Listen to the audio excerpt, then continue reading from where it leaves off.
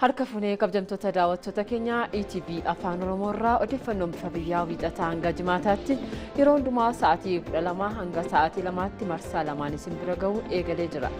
Maaree daawwattoota keenya tuutiin keessan hanga xumuraatti ETV Afaan Oromoo waliin haa ta'u jecha Mabicha Shoomee fi Hiraan Silashii odeeffannoo bifa biyyaa guyyaa har'aa hanga sa'aatii 2 turtii waliin taasisuu qabannee dhiyaanneeti kan jiru dursuudhaan duuwwan ijoo sa'aatii kanaa kan isin biraan geenyisaa nu waliin jiru.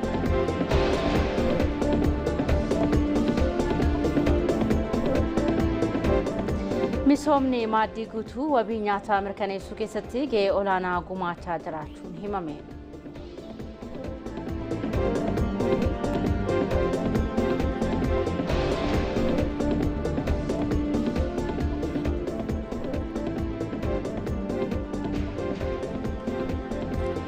Walga'iin 20ffaan dhaabbata hojii addunyaa carraa hojii uumuu hiyyummaa hir'isuu fi fayyadamummaa haqa qabeessa mirkaneessuu irratti xiyyeeffachuun Finfinnee galma gamtaa Afriikaatti taa'ame.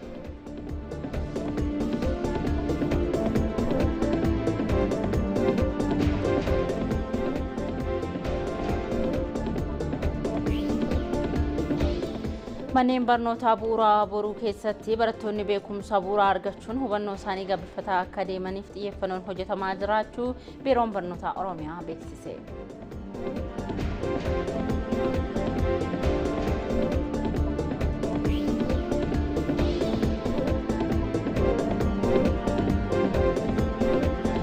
Odeeffannoo maddeen alaatiin gamtaan Awurooppaa fi Biritaaniyaan dameelee garaagaraa irratti walta'iinsaan hojjechuuf walii galan.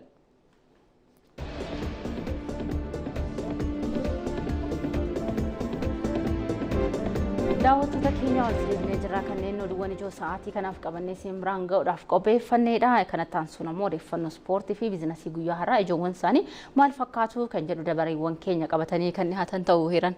Iyyan egaa odeeffannoo biizinasii nu biraan ga'uudhaaf hawwii taafasaa asitti argamti. Hawwii odeeffannoo biizinasii guyyaa har'aa qindeeffattee maal fa'i ijoowwan isaanii nu biraan ga'e. Galatooma Immabeetii fi Heeraan akkam jirtu kabajamtoota daawwattoota keenya odeeffannoo bifa biyyaatiin oduu biizinasii keenyaan qabannee dhufni muraasa isaanii isinitti hima. Naannoo Amaaraatti bara baajataa 2017 baatiiwwan 9 darbanitti albuuda oppaal kiiloogiraamni 20 ol karaa gabaa giddugaleessaa gabaa alaaf dhiyaachuu danda'amuusaa Biiroon Misooma Qabeenyaa fi Albuudaa naannichaa beeksiseera. Dabalataanis oomishni warqee kiiloogiraamni 76 baankii biyyaalessaaf dhiyaachuun isaas ibsameera. Odeeffannoo biizinasii keenya kanneen birootiin ammoo dameelee albuudaa fi kanneen biroon hojiileen misoomaa hojjetamaniin eegumsa naannoo fi nageenya hawaasummaa bu'uureffachuu akka qabu Biiroon Eegumsa Naannoo fi Jijjiirama Qilleensaa naannoo uummattoota kibbaa lixaa Itoophiyaa ibseera. Naannichatti waldaalee fi dhaabbileen misooma albuudaa irratti bobba'anii fi eegumsa naannoo fi seera nageenya hawaasaa ilaalchisee qaamolee dhimmi ilaallatu waliin marii gaggeesseera. Odeeffannoo biizinasii kan birootiin ammoo bara baajataa 2017 baatiiwwan 10 darban keessatti galiin birrii biiliyoona 11 ol walitti qabamuusaa abbaan taayitaa galiiwwanii naannoo Sidaamaa ibsee jira. Daayirektarri olaanaa abbaa taayitichaa obbo Damsee Sheetuu akka ibsanitti bara baajataa 2017 keessa galiin birrii biiliyoona 13.5 walitti qabuuf karoorfame baatii 10 darbanitti birriin biiliyoonni 11 walitti qabamuusaa ibsaniiru. Egaan odeeffannoo bifa biyyaatiin odeeffannoo biizinasii keenya bal'inaan gara boodaatti qabannee kan isin biraan geenyu ta'a. Ayyi galatoomee daawwattoota keenya kanatti aansuun ammoo odeeffannoo ispoortii irratti ijoowwan isaanii maal fakkaatu bifa biyyaatiif kan jedhu kan nutti himamoo Nuroo Amaanotii Nuroo tuufuu dandeessa. Hayyee galatooma akka mul'atan kabajamtoota daawwattoota keenya ispoortii bifa biyyaa irratti immoo odeeffannoowwan garaagaraa qindeeffanneeti kan jirru sanniin keessaa Pirimeer Liigii Itoophiyaatiin taphoonni torbee 30ffaa guyyaa har'aati kan xumuramanii qabxiin isaanii maal fakkaata kan jedhu biraan kan geenyu ta'a. Sanaan alatti immoo gara biyya alaatti ceenee Pirimeer Liigii Ingilaandiin taphoonni torbee 37ffaa har'aatti fuunni taphatamu guyyaa kaleessaa Arsenaal Niwukaastil injifachuudhaan hirmaannaa Shaampiyoons Liigii Awurooppaa mirkaneeffachuun isaa kan yaadatamuudha. Har'a immoo Liiverpuul ni taphata. Isaan wal qabatee odeeffannoo bal'aa qindeeffanneeti kan jirru. Seera Itaaliitiin immoo bara kana shaampiyoonummaadhaaf morkiin taasifamaa jiru hedduu hawwataadha. Hanga ammaatitti shaampiyoonii addaan hin baane hanga torbee xumuraatitti illee imalaati kan jiru. Naapooli moo Inter Miilaani kan jedhu kanaan wal qabatee odeeffannoo bal'aa qabanneeti kan jirru. Kanneen fi kanneen biroo gara boodaatti qabannee walitti deebinaa hangasiifuu nu eegaa isiniin jenna. Hayyee Nuroo fi hawwii guddaa galateeffannaa bal'ina isaa gara boodaatti kan itti walitti deebinu ta'a. Kabajamtoota daawwattoota keenya odeeffannoon bifa biyyaa itti fufa. chaanaaliin ETV Afaan Oromoo tamsaasa isaatii 24tiin oduu sagantaalee barnootaa fi bashannanaa isin biraan gahaa jira. ETV'n Afaan Oromoo dhimmoota hawaasa biyyattii hunda keessummeessuun kan uummanni biyyattii hundi keessatti filaalu ta'aa dhufee jira. Chaanaaliin keenya odeeffannoo tamsaasuun ijaarsa biyyaatiif gumaachaa jira. Tamsaasa keenyaan aadaa fi aartii, yaada uummataa, dhimmoota seeraa, ispoortii, dhimmoota Afrikaa fi addunyaa hedduu keessummeessina. ETV'n Afaan Oromoo bakka hundatti argama. Daawwattoota keenya ETV Afaan Oromoo irraa odeeffannoo bifa biyyaa marsaa lamaan isin bira gahu marsaan jalqabaa sa'aatii 12 irraa oduuwwan ijoo akkasumas immoo dhimmoota ispoortii fi biizinasiidhaan booda ilaallu isin biraan geenye amma immoo oduuwwan gaggabaaboo irraa geenyetii kan jirru egaa isaan dura anfannee gara oduuwwan bal'inaa qabanneetti kan dabaru ta'a. Hayyee oduu keenya jalqabaatiin misoomni maaddii guutuu wabii nyaataa mirkaneessuu keessatti gahee olaanaa qabaachuudha kan himame. Ji'oota salgan darban keessa hojiin gama misooma maaddii guutuu fi ce'umsa sirna nyaataatti hojjetamaa ture magaalaa Jimmaatti gamaagamamaa jira. Rakkoolee biyya keessaa furmaata amandaaleen furuudhaan sochiin eegalamee cimeetti ufuu qabaa kan jedhan sadarkaa ministeera muummee ittaanaatti hoogganaa giddugala ijaarsa sirna dimookiraasii Adam Faaraati. Itoophiyaan lafa bal'aa fi humna namaa qabdu walitti qindeessitee fayyadamuu dhabuun rakkoo wabii nyaataa fi hirkattummaan akka saaxilamtee himanitti kan isaan jiran. Kana furuufis waggoottan darban riiformiiwwan biyya keessaa hojiirra oolchuun nyaataan of danda'uuf hojiin hojjetamaa jiru bu'aa qabatamaa fidaa jiraachuudha kan dubbatanii. Kana malees yaadrimeen ce'umsi sirna nyaataa rakkoo walxaxaa biyyattii qunnamaa jiruuf furmaata ta'uu eeraniiru. Ministeerri qonnaa Girmaa Amantee gama isaaniin Itoophiyaan hojiiwwan namaa irratti xiyyeeffatan hojjechuun bu'aa argamsiisaa jiraachuu himaniiru. Jijjiirama qabatamaa hojiin argame bu'uureeffachuun caalmaatti xiyyeeffannoon irratti hojjetamaa akka jirus himame. Waltajjii gamaggamaa kanarratti sadarkaa ministeera muummeetti ittaanaan hoogganaan giddugala ijaarsa sirna dimookiraasii Adam Faaraa dabalatee hooggantoonni naannolee ministeeronni akkasumas qondaaltonni mootummaa kanneen biroo hirmaataniiru.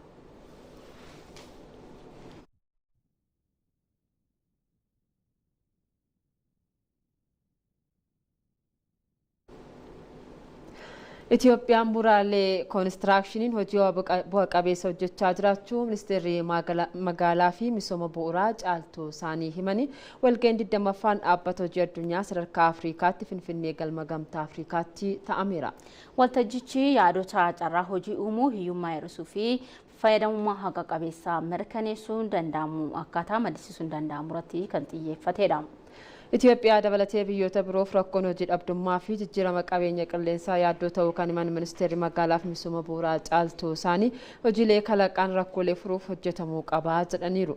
Itoophiyaan dhaabbata hojii addunyaa waliin walitti dhiyeenyaan akka hojjettus eeruun mootummaan carraa hojii uumuu fi misooma waaraaf kutannoo olaanaa qabaachuu dubbataniiru. Dameen koonistiraakshanii keessumaa bu'uuraalee misoomaa daandii irratti xiyyeeffachuun carraa hojii uumuu darbee lammiilee hedduu akka hojjetan kan gargaaru ta'uun himamee jira. Yaa'iin 20ffaan dhaabbata hojii addunyaa waggoota 2 dura Ruwaandaa Kigaaliitti kan gaggeeffame yommuu ta'u Itoophiyaan yaa'ii kana akka keessummeessituuf kan filatamtes waltajjii waggaa 2 dura gaggeeffamee ture kanarratti.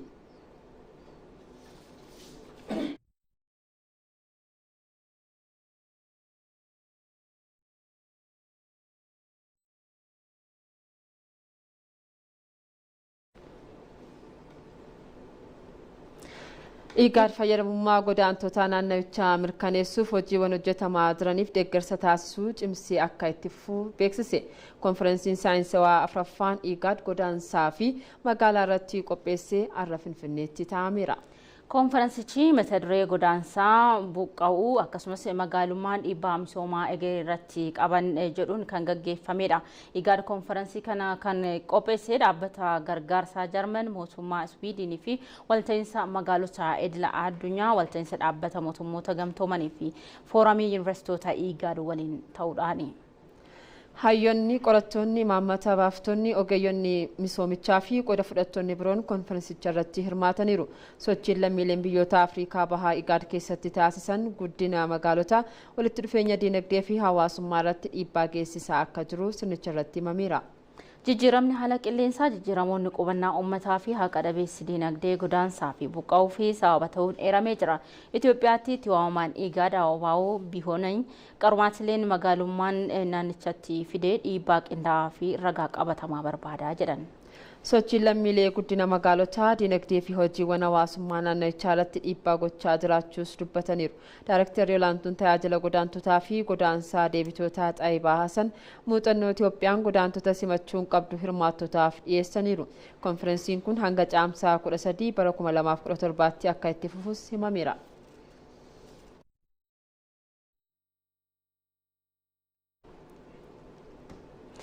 Oduun keenya daawwattoota akkuma itti fufeetti kan jiru ammas itti fufuudhaan magaalaa Finfinneetti misoomni daa'imman irratti hojjetamaa jiru dhaloota egeree ijaaruu keessatti gahee guddaa qabaachuu kantiibaan bulchiinsa magaalaa Finfinnee Adaanech Abeebee himanii jiru.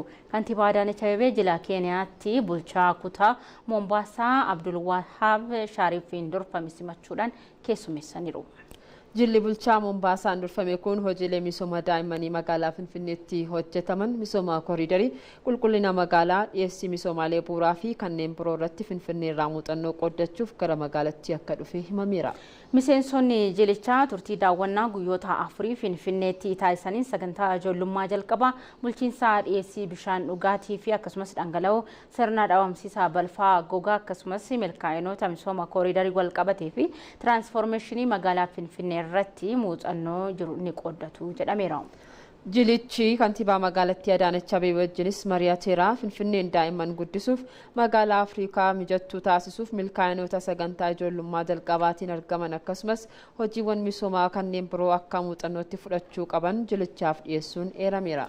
Keeniyaatti bulchaan naannoo Mombaasaa Abdul Wahaab Shariif Naasir magaalaa Finfinnee giddugala turizimii hawwattuu fi fakkeenya misoomaa qindaa'aa ta'aa jiraachuu ishee magaalota Afrikaaf fakkeenya akka taatu ibsaniiru.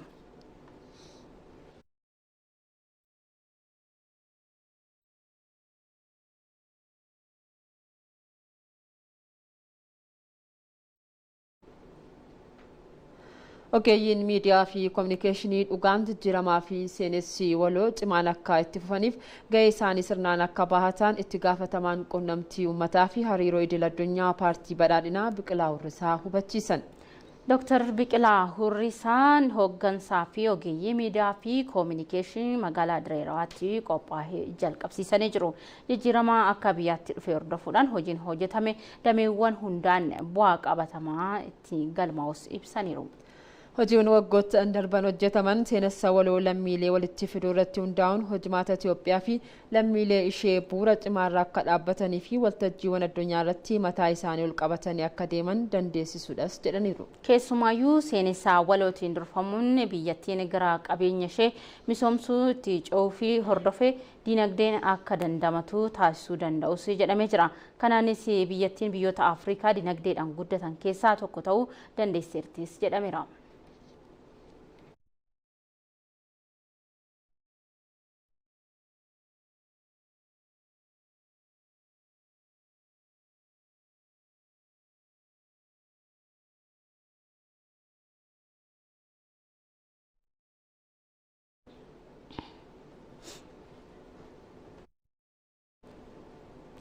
Naannoo Amaaraatti sagantaa ashaaraa magariisaa gannaa dhufuun biqiltuu biiloona 1.4 ol qophaa'u biiroon qonnaa naannichaa beeksisee jira. Naannichaatti sagantaa ashaaraa magariisaaf qophiin barbaachisu hunduu taasifamuun ibsameera. Kanaafis hojiin biqiltuu qopheessuu fi lafa dhaabbii biqiltuu adda baasuu xiyyeeffannaan hojjetamaa jiraachuun dubbatameera. Biiroon qonna naannichaatti Daayirektarri eegumsaa fi misooma qabeenya uummataa Ismaalaam Mihrat dhaabbii biqiltuu ashaaraa magariisaaf lafti heektaarri 200 ta'u adda baafamuu eeraniiru. Buufataaleen biqiltuu 69tti biqiltuuwwan biiloona 1 fi miiliyoona 600 qopheessuuf karoorfame hanga ammaatti biqiltuun biiliyoona 1 fi miiliyoona 400 ol qophaa'uu akka danda'es ibsameera. Hawaasa hirmaachisuun gamanumaatii boolla biqiltuu miiliyoona 100 fi miiliyoona 20 qopheessuun akka danda'ames ibsameera. Sagantaa ashaaraa dhaabbii ganna dhufuu teekinooloojiin deeggaruuf dursee qophiin barbaachisu hundi raawwatamaa jiraachuus biiroon qonna naannoo Amaaraa beeksiseera.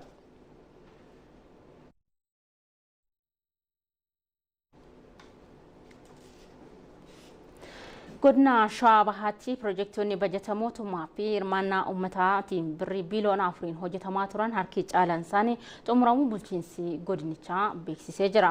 Godinichatti piroojektiin buleeyyiin 53 fi haaraan 416 walumaa galatti piroojektonni garaagaraa 469 hojjetamaa turan keessaatti piroojektonni 336 xumuramuun tajaajilaaf qophaa'uun isaanii ibsameera. Aanaalee fi magaalota godina Shawaa Bahaa keessatti piroojektonni ijaaramanii xumuraman tajaajilaaf qophaa'an keessaa gamoo waajjira bulchiinsa godinaa, buufataalee fayyaa, manneen barnootaa, piroojektota bishaanii, daandii, sheediiwwanii fi hojii dhabdootaa, waajjiraalee qonnaa, ijaarsa mana murtii aadaa fi galma aadaa akkasumas kanneen biroo dabalatee walumaa galatti baajeta mootummaa fi hirmaannaa uummataa birrii biiliyoona 4 oliin ijaaramaa kan turan ta'uun eerameera. Piroojektonni kunneen manneen hojii mootummaa keessatti bakka hojii mijataa gochuun kennaa tajaajila seektaraalee mootummaa sadarkaa godina aanaalee fi magaalotaa kan si'eessanii fi rakkoo bulchiinsa gaarii hiikuudhaan hawaasa miiliyoona 5 olii fi tajaajila kennuu akka danda'an bulchaa godina Shawaa Bahaa Guutaa Gadaa himaniiru.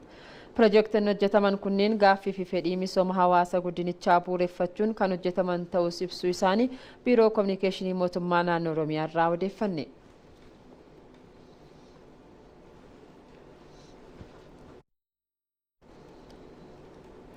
Daawwattoota aduun daawwachaa jirtanii TV Afaan Oromoo irraa simbira gahaatee jira. Odeeffannoo bifa biyyaa amansaa jalqabaa irratti kan nuti argamnu amma immoo odeeffannoowwan gaggabaabaa biyya alaarraa argannetti kan dabalu ta'a.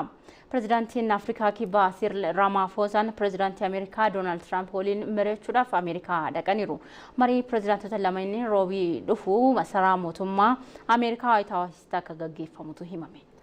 Marii isaanis hariiroo hayyoota lamaanii qabbanaa dhufe fooyyessuu irratti xiyyeeffatadhas kan jedhame keessattuu riifoormii qabiyyee lafa mootummaan Afrikaa Kibbaa hojiirra oolchuuf murteesseen wal qabate lafa qomoo sanyii adii irraa fudhachuu kan kaayeffatedha jechuun mootummaan Ameerikaa mormii dhageessiseera. Kanarras darbuunis lammiileen adii Afrikaa Kibbaa gara Ameerikaatti godaanan mootummaa Ameerikaan kan simatu ta'uu ifatti beeksisee jira. Dhimmi kun ajandaa ijoo pireezidaantonni lameen irratti xiyyeeffachuu danda'an ta'uunis himameera. Kana malees daballee taarifa Ameerikaan oomishaalee Afrikaa Kibbaa irra keessee waraanni Gaazaa fi hariiroon gamlamee dhimmoota marichaan irratti xiyyeeffataman ta'uu toorri odeeffannoo Afrikaa Niwus gabaaseera.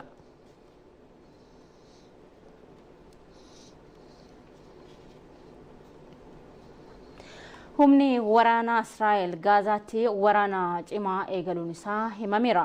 Waraanni cimaa fi meeshaa waraanaa gurguddoodhaan deeggarame kun Gaazaa guutumaan guututti to'achuudhaaf kan kaayeffate ta'uu bulchiinsi ministeera muummee Benjaamin Netanyaahuu beeksiseera. Waraanichi miseensota garee Hamaas barbadeessuun dabalatatti lammiilee Israa'el garichaan danqaman bilisa baasuu kan kaayyeffate ta'us mootummaan biyyattii ifoomseera. Waraana cimaa humna qilleensaa fi lafoon gaggeeffamaa jiru kanaan sa'aatii 24 keessatti mandheewwan 160 haleeluu dubbii himan humna waraanaa biyyattii himaniitii kan jirani haleellichaan lammiileen 100 olis ajjeefamaniiru. Waraana cimaa akka haaraatti eegalame kanaan keessattuu kutaa Gaazaa Kahan Yuunus jedhamutti gaagaa'amni namoomaa guddaan uumamaa jiraachuu himameera. Dhaabbilee fayyaa dabalatee misoomaaleen bu'uuraas miidhamaniiru. Guutummaa Gaazaatti hanqinni midhaan nyaataas uumamuu dhaabbanni mootummoota gamtoomanii beeksiseera. Mootummaan Israa'el gama isaatiin gargaarsi nyaataa bu'uuraa gara Gaazaa akka seenu kan hayyamu ta'uu ibsuusaa AFP'n gabaaseera.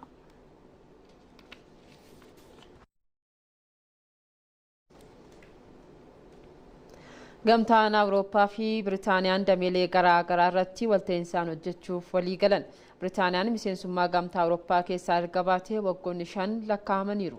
Waggoottan 5 darban walta'iinsa garee gamtichaa fi Biritaaniyaa irratti gaaffileen garaa garaa dhihaachaa turaniiru. Kanaanis jalli hooggantuu gamtichaa Urseelaa von der Leyen durfamu London dhaquudhaan hooggansa olaanaa biyyattii wajjin mari'ateera. Walgahii kanaanis gamtaan Awurooppaa fi Biritaaniyaan damee ittisaa fi nageenya irratti walta'iinsa isaanii cimsuuf waliigaltee mallatteessaniiru. Dhimmoota taarifaa, daldala waloo fi investimentii irrattis waliigaluun himameera. Waliigalteen kun walta'iinsa gamtaa Awurooppaa fi Biritaaniyaa boqonnaa haaraatti kan ceesisu ta'uu ministeera muummee Biritaaniyaa Keir Starmer himaniiru. Keessattuu walta'iinsi damee ittisaa indaastirii oomisha meeshaalee waraanaa biyyattii haalaan kan fayyadamu ta'uun eerameera. Koomishiniin Gamtaa Awurooppaa Ursula von der Leyen gama isaaniin waliigalticha seena qabeessa jechuun ibsaniiru. Fayyadamummaa biyyoota miseensota Gamtaa Awurooppaa fi Biriitaaniyaa kan mirkaneessu ta'uu hubachiisuu isaanii Sky News'tu gabaase.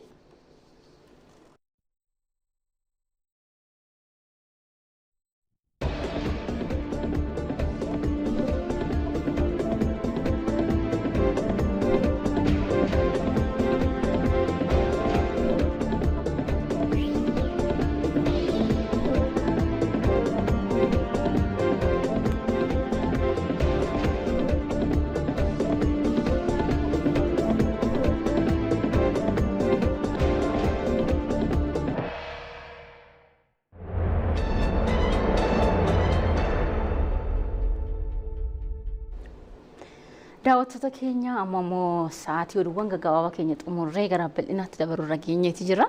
Akkuma jalqaba daawwattoonni keenya argan ammoo of kaltiirra jira. Eegaa of kaltii keenya nigaa dhimmoota akka biyyaatti itti milkaa'inni argame akka nama dhuunfaattis akka waliigalaatti dhimmoota milkaa'inni ittiin argamedha kan nuti daawwattoota keenya biraan keenyu guyyaa irraa sigaa dhimma tokko irratti xiyyeeffanneerra.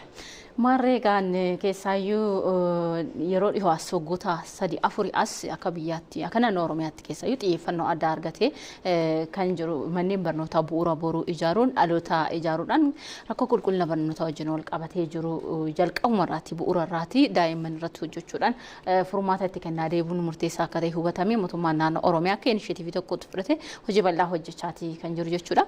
Egaa cabiinsa barnootaa akka biyyaatti mudatee furmaata kennuudhaaf mootummaan inishiyatiivii garaagaraa boceetii hojiirra oolchaa kan jiru. Inishiyatiivii kana keessaa immoo bu'uurri boruusa tokkodha. Damee barnootaa irratti cabiinsa akka biyyaatti mudate kanaaf furmaanni bu'uuruma irraati waan jedhudha. Daa'imman bu'uuraan yoo qabaman deeggarsa argatan kunuunfaman itti fufiinsi jiru yookiin immoo bu'aan jiru hanga xumuraatti gaarii ta'a waan jedhu irraan ka'eeti bu'uurri boruu kun dhugumatti immoo yeroo gabaabaa kana keessatti jijjiiramni qabatamaan dhufaa jiraachuudha. Baadiyyaadhaa hanga magaalaatti haala wal fakkaataadhaan daa'imman kutaa tokkoffaa yookiin sadarkaa jalqabaatii kaasee hanga gulantaa tokkoffaa hanga gulantaa sadaffaatti kanneen jiran akkaataa addaatiin kunuunsa argatanii hanga nyaatachitti qopheessuutillee mootummaan hojii garaagaraa hojjechaati kan jiru mabeeti. Hayyee egaan tibbanas oduu keenya keessatti keessaa daawwattoota keenya biraan gahaati kan ture jechuudha. Manneen barnoota bu'uura boruu keessatti akka carraa dhaqee laaluudhaaf yookaan immoo oduu hojjechuudhaa dhaqee argeeti kan jiru. Kan waliin wal qabatee egaa daa'imman mana isaaniirraa fagootu hin jira. Umurii isaaniitti bahanii hawaasa naannoo isaanii yookaan ijoollee hiriyoota naannoo isaanii barsiisonni isaanii maal akka fakkaatan karaa naamusaan keessa darbanillee akkasumas immoo eenyummaa isaaniillee beekanii akka guddatan gochuu keessatti manneen barnootaa bu'uura boruu egaa gaheensaa olaanaadha jechuudha. Kun immoo daa'imman keessatti akkuma barsiisonni iyyuu kaasaa turan yeroo sana ofitti amanamummaa isaanii akka gabbifatan hariiroo nama wajjin qaban walii wajjin qaban akka isaan gabbifatanii fi bor kutaa tokko gaafa galan kallattuma maatiirra mana barumsaa dhaquurra har'a waan gabbifatan kana gabbifatanii barnoota idileetti immoo idileedhaan dura amma kun egaa idileen dura jechuun kutaa gulantaa tokkoffaa lammaffaa fi sadaffaa qaba jechuudha. Kanneen keessatti akka isaan of cimsanii fi xiyyeeffannoo addaa barnoota isaaniif akka kennan keessaa rakkoo amma atis kaasaa turte kufaatii barnoota wajjin wal qabatee jiru kana gamanumaatii furuun ijoollee barumsa jaallattu amma yoo ilaallatee ijoolleen baay'een eessa gahuuf han baradhaa waan jiru waan qabatamaa jiru irraa ka'ee eessa gahuuf hin baradhaa yaanni jedhu babal'isaatii kan jiru jechuudha. Kana furuudhaaf ijoolleen barumsa jaallatanii fedhanii beekanii waan barbaadan irratti murteessaa akka isaan guddatan gochuu fi keessumattuu yeroo duraatti maaltu ture naannoo magaalaa irrattidha kan inni xiyyeeffatu keessumaa baadiyyaa irratti fageenya irraa wal qabatee bu'uuraalee misoomaa manneen barnootaa wal qabatanii kutaa sadarkaa tokkoffaadhaa kaaseeti yeroo baay'ee kan argamu bu'uura boruu yookiin immoo barnoonni sadarkaa jalqabaa kun bal'inaan gara baadiyyaatti babal'ataa miti. Daa'imman gara baadiyyaa jiranii carraa kanaa fi warra milkaa'an hin turre. Amma garuu waggoota muraasaa asitti naannoo isaanii wajjin wal baraa namoota naannoo isaanii barsiisota naannoo isaaniitti beekan haala naannoo isaanii irraa tuun fagaatini hanga nyaatachitti qophaa'ee daa'imman carraa kan argachuun isaanii milkaa'ina guddaadha. Jijjiirama akka biyyaatti dhimma barnootaa wal qabatee mootummaan fiduuf karoorfateef illee galtee tokkodha. Bu'uuradha kun galtee tokkodha maaliif akkuma jalqaba kasarra deebiin baadhullee har'a waan bu'uurre bu'uura waan numtiyyuu bu'uuradha boruuf waan keessudha waan ta'eef har'atti bu'uurri ijoollee irratti kaa'amu boruuf illee ga'insaa olaanaadha akka atiyyuu kaasteegaa manneen barnoota magaalaa keessatti turan gara baadiyyaattis gadi ba'ee waan kun ijoolleen dhiyeenyatti akka isaan baratan gochuun tarii hamma tokko egaa waa baay'een jiraachuu danda'u kufaatii barnoota furmaata laachuudhaaf hamma tokko jijjiirama fiduu danda'a jenneeti kan laallu saayinsa horichaa dhimma kanarratti waan qopheeffate qaba inni egaa manneen barnootaa bu'uura boruu keessatti keessa'u beekumsa bu'uuraa argachuun akka isaan caalmaatti hubannoo isaanii gabbifatan gochaa akka jirudha biiroon barnootaa egaa hojii hangammaa hojjeteen kan beeksise jechuudha kana waliin wal qabatee manneen barnoota moodeelaa keessatti barattoonni kunneen meeshaalee adda addaa argatanii barachaa akka jiran saayinsa horichaa waan hordofetu jira daawwattoota keenya daawwadhaa kan daawwachaa jirtan TV Afaan Oromooti. Gara mana barumsichaa dhaquudhaa fi daree itti baratan galuudhaafis yeroo si'aan mul'atu faaruu alaabaa booda. Haalli daree isaanii barnoonni bu'uura irraa tooftaalee barbaachisoodhaan isaaniif kennamu abdii egeree kanneen biratti kaka'umsa uumeera.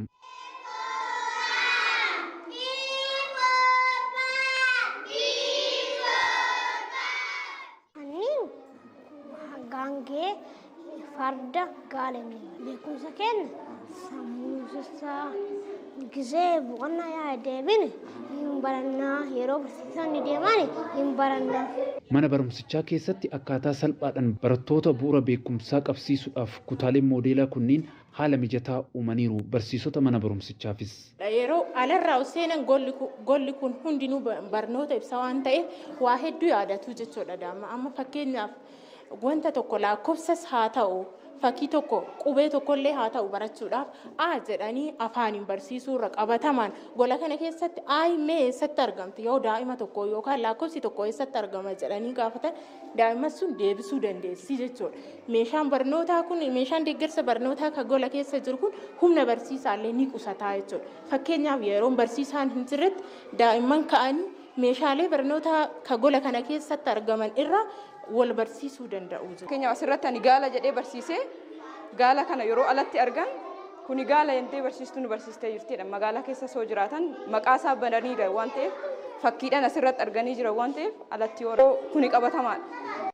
Akka tokko immoo fakkii san kaasee yoon ijoolletti argisiise kun ijoolleedhaaf qabatamaa. Ijoolleen haala salphaa ta'een hubachuu danda'u. Jechoota asirratti maxxanse kana immoo kanneen ijoolleen ija isaaniitiin argan waan ta'eef qabatama ta'aa fi barumsa isaanii irratti. Naannoo Oromiyaatti rakkoo qulqullina barnootaa qormaata ta'e bu'uura irraa furuudhaaf manneen barnoota bu'uura boruu babal'achaa dhufan keessatti tooftaan barnoonni ittiin kennamu fooyya'aa jiraachuudhaaf kunis jijjiirama hundeerraa eegale akka ta'e himan hoogganaan biiroo barnoota Oromiyaa Dr. Tolaa Bariisoom. Kanaaf biiroon barnoota Oromiyaa akka ministeera barnootaattis ejjennoo jabaa fidee imaammata barnootaa keessatti barnoonni sadarkaa tokkoffaan dura yookiin bu'uura boruu dirqamaan mootummaan dhiyeessuu qaba kan jedhu imaammata keessa galee jechaadha. Sana booda imaammata san dafnee kan hojiitti hiika keessaa nuyi jechaadha. Yaada kanas kan kaase nuyi waan turreef. Amma Oromiyaa keessatti mana barumsa bu'uura boruu 17,400 oltu jira jechaadha. Kan amma waggaa 3 keessatti uummatatu ijaaree mootummaan dirqamaan dhiyeessuu qaba kan jenne karikulamiin bocee sirna barnootaa jechuu kiyya barsiisota 34,000 ol 34,711 hin qaxaree hin leenjisee ilaaltee hojjette mana barumsa san keessatti malli baruuf barsiisuu mala daa'imman ittiin barsiisaniin jiddu galeessa godhatee kan kennamaa jiru jechaadha.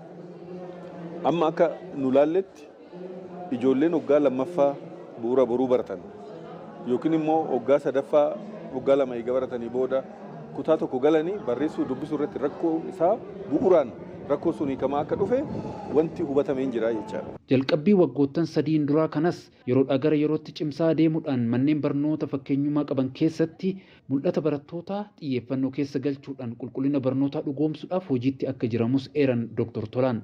Inni kun waan al tokko taa'ee dhaabbatee hafuu miti amma bara duraa yoo jalqabnu barsiisumatu chookin barsiisaa barattoonni waan irratti shaakalan hin qaban.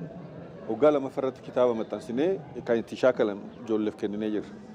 Ammas kwaalitii biraatti daballe mana barumsa bu'uura boruu kana moodeleessuu jechuun moodela akka ta'u moodela jechuun fakkeenya gaarii akka ta'u manneen barnootaa kanaafillee isa keessatti ijoolleen bifa fedhii isaanii fuula dura maal ta'u akka barbaadan daree keessatti koornerii dhimma fayyaa waan laallatu waan daldala fakkaatu waan qonna fakkaatu waan adda addaa achi goonee fedhii daa'immanii sun garamitti fuula dura guddachuu barbaadudha. Hoggansa yookiin namoota dubbatan namoota miidiyaa ta'uu danda'u namoota waltajjiirratti baanii dubbatan ta'uu danda'u ijoolleen akka wal morman waan akkasii mootii dabalaa deemna jechaadha qulqullina isaa. So ijoolleen kuni achi keessa yoo darbanii ijoolleen kun fuula dura maal ta'u akka barbaadan isa daballee akkasitti barsiisaa jirra. Kuni qulqullina barnootaatiif baay'ee gumaacha jennee amanna. Kana qofaa miti. Warri immoo jabaatanii deeman mana barumsa addaa jennee yuunivarsiitii jalatti godinoota keessatti bakka yuunivarsiitiin hin jirretti magaalota keessatti mana barumsa addaa jennee ijoollee baay'ee cimanii ija dura deeman bakka tokkotti walitti dhufanii wal dorgomanii akka jabaatan gochuuf bifa kanaan mana barumsa 41 hundeessinee achi keessatti ijoollee 6,000 oliif barachaa jira. Bara darbe ijoollee sun qormaata biyyoolessaa kana fudhatanii parsentii 82 tuqaa tokko milkaa'anii jiru. Bara kanas marsaa lammaffaa hin fudhatu. Mana barumsa bultii addaa immoo 7 hundeessinee jira. Ijoolleen sun immoo bara kana maatirikii fudhatu. Hundi isaaniitu akka qabxii guddaan darban abdiin qaba. Sirna baruu fi barsiisuu bu'uura irraa sirreessaa dhaloota bu'uura qabsiisuu dhugoomsuudhaan sadarkaa barnoota olaanoottis bu'aa barbaadamu fiduun guddina biyyattii cimsuudhaa fi mirkaneessuudhaaf bu'uura hin raafamne akka ta'etu ibsamaam.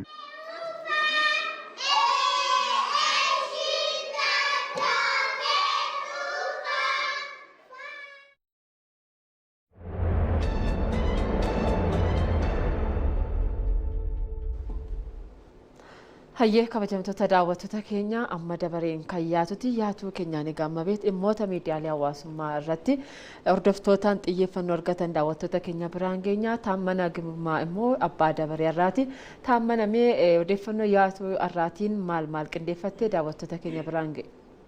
Heeraan fi dhimma beet galatoomaa akka mul'atan kabajamtoota daawwattoota keenya dhimmi jalqaba irratti yaatu keenya laallu har'aaf jechaadha. Dhimma teekinooloojiin egaa jireenya keenya guyyaa guyyaa keessatti hagam murteessaa akka ta'e ni beekama. Akkuma fakkeenyatti bilbila tokkoon harka keenya irratti argamurraa kaasee haga televezyiinaa daawwattoonni mana isaanii ta'anii ittiin ilaalanitti kan jiran hundi bu'aa teekinooloojiiti. Egaa biyyoonni gama saayinsii gama hawaasummaa siyaasaa fi dinagdeetiin milkaan yookiin immoo sadarkaa guddaarra jiran jedhaman iccitiin milkaa'ina isaanii maali yoo jenne saayinsii fi teekinooloojii sirnaan fayyadamuudhaan yookiin immoo sirnaan hojiirra oolchuudhaan akka ta'e ni beekama jechuudha. Egaa akka biyya keenyattis gama kanaan teekinooloojiidhaaf xiyyeeffannoon kennamee hojiiwwan garaagaraa hojjetamaa akka jiran ni beekna. Yeroo dhiyoodhaas jechuudha waa hedduutu hojjetamaa jira jechuudha. Tibbanas egaa rakkoowwan garaagaraa ni qolachisu yookiin immoo rakkoowwan uumamaa fi namtolchee qolachuudhaaf ni dandeessu jedhamanii teekinooloojiiwwan garaagaraa hojiirra oolanii jiru. Damee teekinooloojiitiif xiyyeeffannoo kennamee egaa tibba kana agarsiisni teekinooloojii diroonii ifoomeeti kan jiru jechuudha. Kanaan wal qabatees egaa namoonni hedduun keessumattuu gama miidiyaa hawaasummaa tiiktaakiin odeeffannoowwan damichaan wal qabatan waliif qoodatii kan isaan jiran jechuudha bal'inaanii. Teekinooloojiin diroonii egaa Itoophiyaan ifoomsite kun Itoophiyaa irra darbee biyyoota Afrikaa hundaaf hiika guddaa akka qabudha. Namoonni hedduun kan isaan qoodaa jiran yookiin immoo gama miidiyaa hawaasummaatiin barreessaa ergaa isaanii dabarsaa jiran jechuudha. Akkuma beekamu egaa teekinooloojiin diroonii dameewwan garaagaraa keessatti hojiirra oolaa qooda guddaas baachaati kan inni jiru. Akka fakkeenyatti damee qonnaa keessatti shoorri isaa olaanaadha. Keessumattuu odeeffannoowwan misooma qonnaaf galtee ta'an adda baasuu galteewwan barbaachisan bakka barbaadametti geessuu akkasumas immoo farra ilbiisotaa biifuu fi dhimmoota kanaan wal qabatan kan biroo irratti shoorri isaa guddaadha. Kanaan alattis egaa dameewwan hedduu irratti qoonni isaa yookiin immoo faayidaan isaa jechuudha. Itoophiyaanis teekinooloojii kana dameewwan akka kanaa irratti yoo fayyadamte yookiin immoo hojiirra oolchite ofiirra dabartee biyyoota Afrikaa isaan birootiif bu'aa guddaa argamsiisuu akka dandeechuudha. Namoonni hedduunis dhimma kanarratti odeeffannoo qaban yookiin immoo yaada qaban waliif qoodaa kan jiran jechuudha. Egaa dirooniiwwan tibbana ifooman kunis Itoophiyaan sadarkaa guddaa irra gahuu ishee gama teekinooloojiitiin milkaana guddaa galmeessaa akka jirtu ibsuudhaan dinqisiifannaa isaanii ibsaati kan isaan jiran jechuudha. Yaatuun keenya jalqabaa isa kana fakkaata. Gara yaatuu keenya isa lammataatti yoo nan darbu waltajjiin waggaa hooggantoota olaanoo federaalaa fi naannolee akkasumas bulchiinsota magaalaa irratti hirmaatan maaddii guutuu fi sirna nyaataa fi hojiilee waadaa saqoxaa qorachuun kallattii kaa'u irratti xiyyeeffate magaalaa Jimmaatti taa'amuun isaa ni yaadatama. Egaa waltajjii kanaan wal qabatee egaa dhimmi addaa tokko ta'eeti kan jiru yookiin immoo taatiin addaa tokko ta'eeti kan inni jiru. Kunis maalidhaa? Hawaasni naannoo Jimmaa pirezidaantii bulchiinsa yeroo jeneraal Taaddasee Warradeetiif kennaa kennaniiti kan isaan jiranii. Kennaa kanaan wal qabatee egaa namoonni hedduun yaada qaban gama miidiyaa hawaasummaatiin qoodatti kan isaan jiran jechuudha. Kennaan kunis egaa maanguddootaa fi abbootii amantaatiin kan kenname jechuudha. Hawaasa naannichaa bakka bu'uudhaani. Kennaawwan jeneraal Taaddasee Warradeef kennaman kunneenis teessoo abbaa luka sadii naannoo Jimmaatti beekamuu fi kabaja guddaa qabu kutaa gaachanaa fi eeboodha jechuudha. Uummanni Oromoo nageenya fi bakka guddaa akka qabu egaa ni beekama. Kennaan kunis hiikaa guddaa akka qabu keessumattuu immoo jeneraal Taaddasee Warradeen gama nageenyatiin akkasuma gama misoomatiin ergama isaanitti kenname baachuu qabu. Nageenya jalqabamee fiixan baasuudhaaf hojjechuu qabuudha ergaa jedhu akka qabuudha. Kana alattis egaa kuni ergaa diippiloomaasii yookiin immoo ergama isaanii akka baataniif gumaachuu akka qaban jechuudhaan bifa kanaan egaa namoonni hedduun hiikaan isaa guddaa ta'uusaa yookiinis immoo dinqisiifannaa addaa akka qabu hawaasni isaaniif jajjabina kennuu yookiin immoo ergama itti kennuu akka ta'edha egaa namoonni hedduun dhimma kanarratti barreeffama garaagaraa barreessuudhaan gama miidiyaa hawaasummaatiin kan isaan waliif qoodaa jiran jechuudha. Egaa kabajamtoota daawwattoota keenya yaatu keenya irraatiin dhimmi nuti qabanne kanuma gara dhimma beetii fi heeraanittan isin deebisa. Ayyee taammanee odeeffannoo nu biraan geessee fi galatoome egaan miidiyaa hawaasaa irratti odeeffannoowwan deeman keessaa dhimmi kennaa kun harka caalaa deemate kan ture akkuma ammayyuu taammaneen dhiheessee jechuudha. Nagaadhaan nutti koottaa jedhanii kennaa kennamu kennaa baay'ee egaa namni isaan itti dinqisiifatedha. Kennaa hiikaa guddaa qabudha. Hiikaa guddaa qabudha. Taammanee ulfaadhu galatoome odeeffannoo keetiif. Galatooma.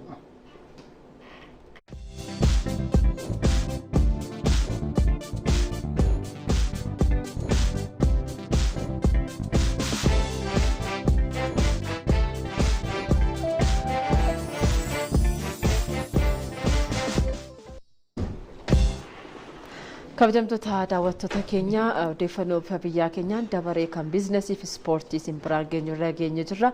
Odeeffannoo biizinasii fi ispoortii wal duraa duubaan dhageenya walitti deebina.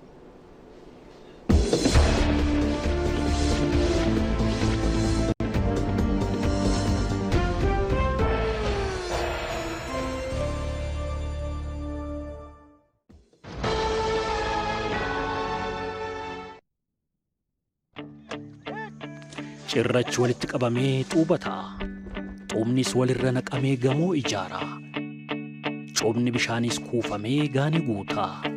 Kanarra qusannoodhaan tokko jettanii jalqabdan fuulduraaf heddummatee jireenya milkeessa. Jireenyi akka jijjiiramuu abdiin guddinaa akka eefu xiqqaatee guddate osoo hin jenne kuufachuun fala ta'a. Rakkoon mammaaksa akka ta'u jireenyi akka miidhagu kan dhamaatanii argattanirraa osoo hin qisaasessine mudaa itti kuufachuu. Coomni dafqa har'aa mijaa'ina jireenya boruu akka ta'u hawwiin akka dhugoomu. Guyyaa hundumaa aadaa qusannoo waliin jiraachuu. Miidhagina jireenya keessanii fi maatii keessan boruutiif har'uma qusachuu jalqabaa. Milkaa'ina jireenya keessan boruutiif har'a hojjedhaa. Awaash mudaa itti qusadhaa. Baankii Awaash.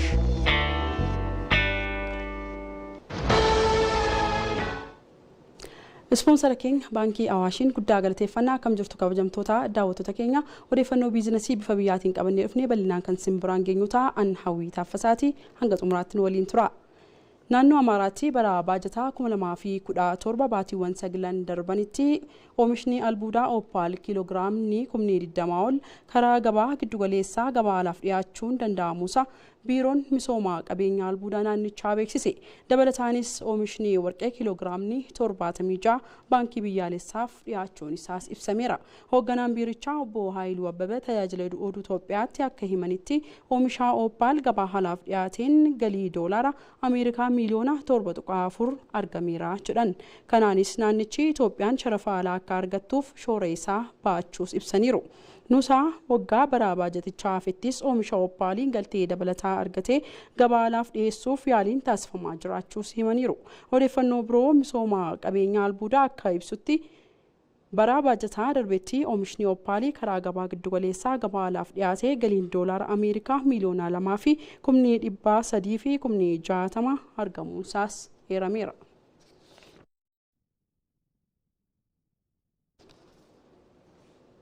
dameelee albuudaa fi kanneen biroon hojiilee misoomaa hojjetamaniin eegumsa naannoo fi nageenya hawaasummaa bu'uureeffachuu akka qabu biiroon eegumsa naannoo fi jijjiirama haala qilleensaa naannoo uummattoota kibbaa lixaa Itoophiyaa ibse. Naannichatti waldaalee fi dhaabbilee misoomaa albuudaa irratti bobba'anii fi eegumsa naannoo fi seeraan nageenya hawaasaa ilaalchisee qaamolee dhimmi ilaallatu waliin marii geggeesseera.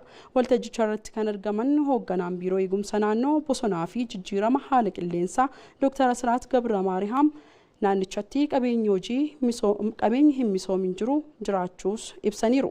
Hojiilee eegumsa naannoo irratti hojjetaman cimsuun oomishtoota damichaatti makamuun hojjetan bu'uura kanaan akka hojjetan taasifamuu akka qabus hubachiisaniiru.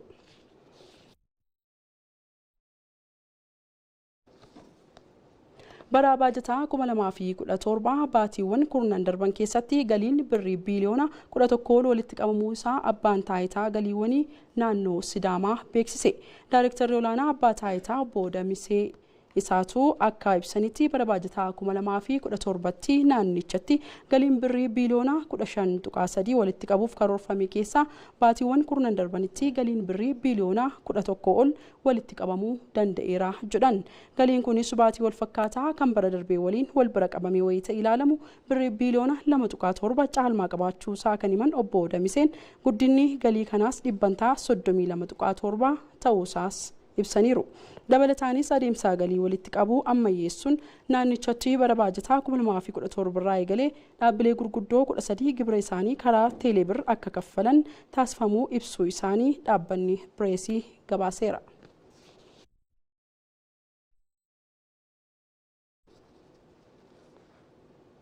Odeeffannoo biizinasii keenya xumuraatiin ammoo naannoo kibbaa Itoophiyaatti abbootiin qabeenyaa 96 maqaa investimentiidhaan lafa misoomaaf fudhachuun kanneen seeraan hin misoomsine irratti tarkaanfii seeraa fudhachuusaa biiroon investimentii naannichaa beeksise. Kanneen keessaa seeyyamni pirojektoota 34 haqamuun lafti harka isaaniirraa tures harkaa fudhamuun gara baankii lafaatti deebi'uun isaas ibsameera. Biirichi magaalaa Walaayittaa Soddootti pirojektoota damee misooma indaastirii irratti bobba'an irratti daawwannaa geggeesseera. Namoota damee manufaakcharingii irratti bobba'an oomishaalee akka daakuu irratti hojjetan naannichatti oomisha guddisuun dabalatatti carraa hojii uumuu fi gabaa tasgabbeessuu keessattis itti gaafatamummaa isaanii kanneen ba'achaa jiranis hojiin isaanii daawwatameera.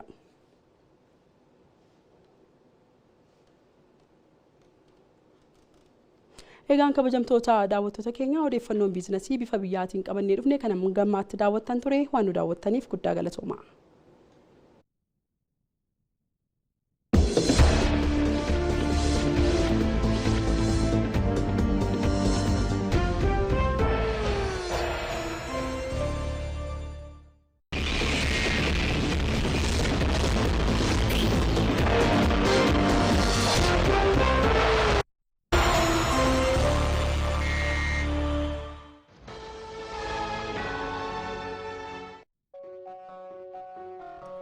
Maatiin itti beek egeree jireenya ijoollee isaa har'a utubaa kan itti ifaajne akka bu'aa buusu buddeeni nu quubsu akka tolu hojiin keenya bu'aadhaan akka xumuramu jireenyi keenya borii akka miidhagu qusachuun har'a haa jalqabu.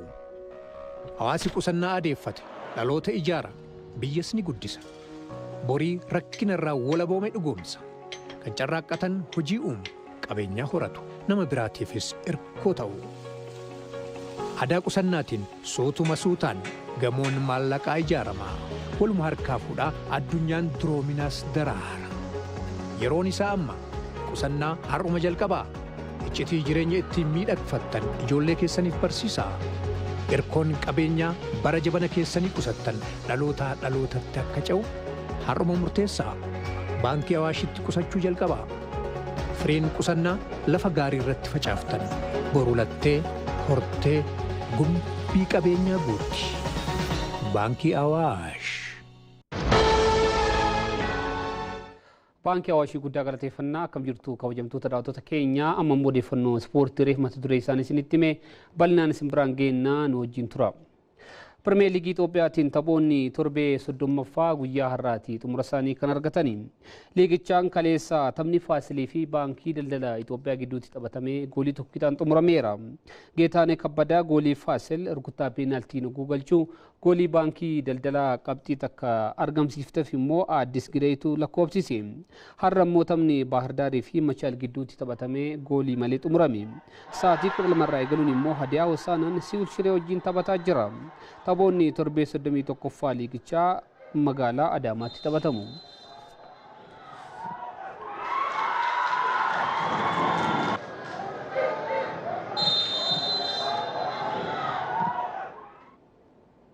odeeffannoo ispoortii biyya alaatti guuceen immoo Pirimeer Liigii Ingilaandiin kaleessa Arsenaal injifatu har'a immoo taphni Liivarpuul taphatuun eegama. Kaleessa Fulaa Emireetsi irratti Niwukaastil Yuunaayitid wajjin kan taphate Arsenaal goolii 1-0 injifate. Deeklaan Raayis immoo taphataa goolii injifannoo Arsenaal lakkoofsiseedha. Taphoota 37 irraa qabxii 71 kan argate gareen Miikeel Arteetaa Arsenaal Shaampiyoons Liigii Awurooppaa bara dhufuu irratti akka hirmaatus mirkaneeffateera. Liigichaan har'a galgala taphni eegamaan Biraayitanii fi Liivarpuul wajjin morkachiisa. Biraayitan Liwus Dankii fi Jaao Peedroo tapha kanarratti akka hiriirsisu mirkanaa'eera.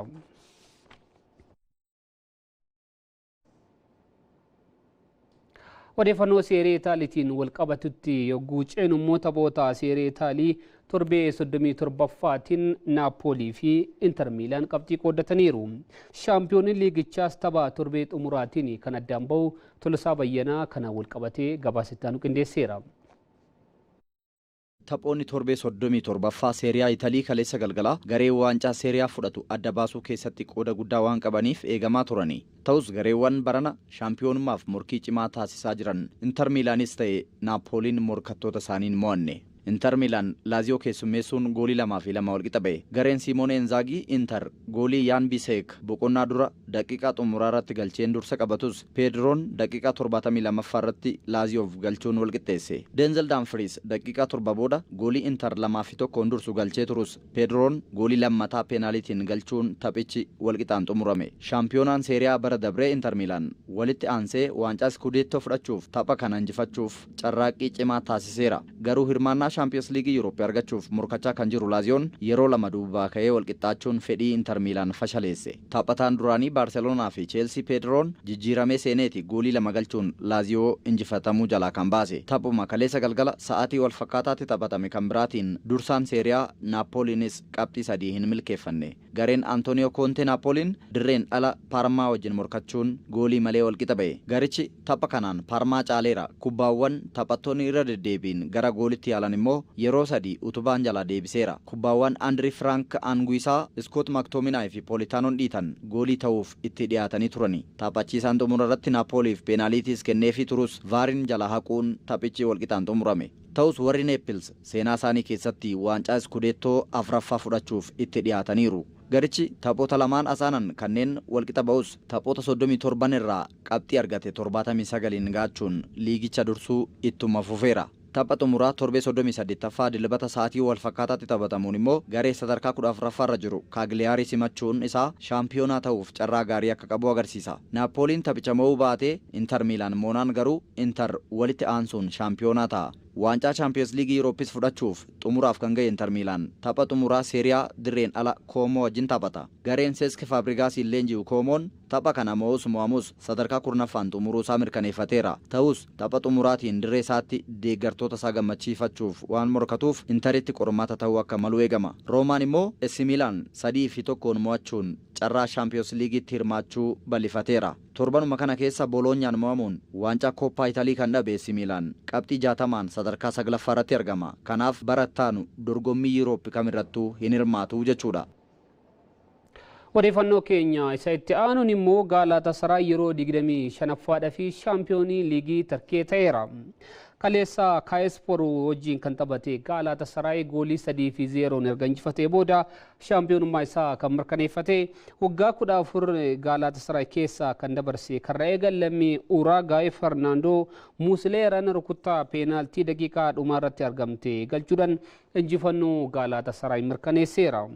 Jose Mourinhoon kan leenji'u Fenerbahceen immoo waggaa 4ffaadhaaf liigichaa sadarkaa 2ffaan xumure. Ergisaan Naapoolii irraa Galatasaray taphataa kan ture Victor Osimhen tapha kaleessaa irratti goolii 25ffaa isaa lakkoofsiseera.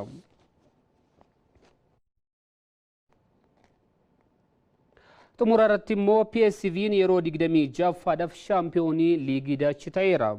Kilabichi tapha kaleessa dirree isaatiin ala taphatee goolii 3-1 injifachuu hordofeetii qabxii 79 shaampiyoonii Neezerlaandis ta'uusaa kan mirkaneeffate. PSV'n waggaa lammaffaadhaa fi walitti aansee shaampiyoonii kan ta'e. Ajax tapha dhaqaa galaatiin PSV injifatee taphoota 5 irraa qabxii 6 qofa argachuun shaampiyoonii isaa kan taasisu ta'us sarraawwachuu hin dandeenye. Ajax dirree isaa irratti Twente goolii 2-0 injifatus qabxii tokkoon PSV'n caalamuudhaan shaampiyoonii otoo hin ta'in hafeera.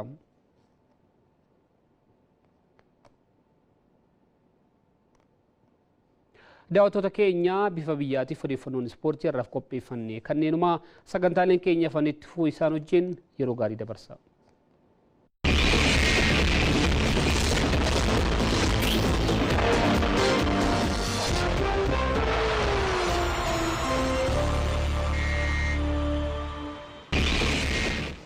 Hayyeen Oromoo fi hawwitaa fasaa guddaa galateeffachaa amma dabareen kan raaga haala qilleensaati. Guyyoota itti aanan haalli qilleensaa magaalota biyyattii maal fakkaata kan jedhu raaga haala qilleensaa daawwannee walitti deebina.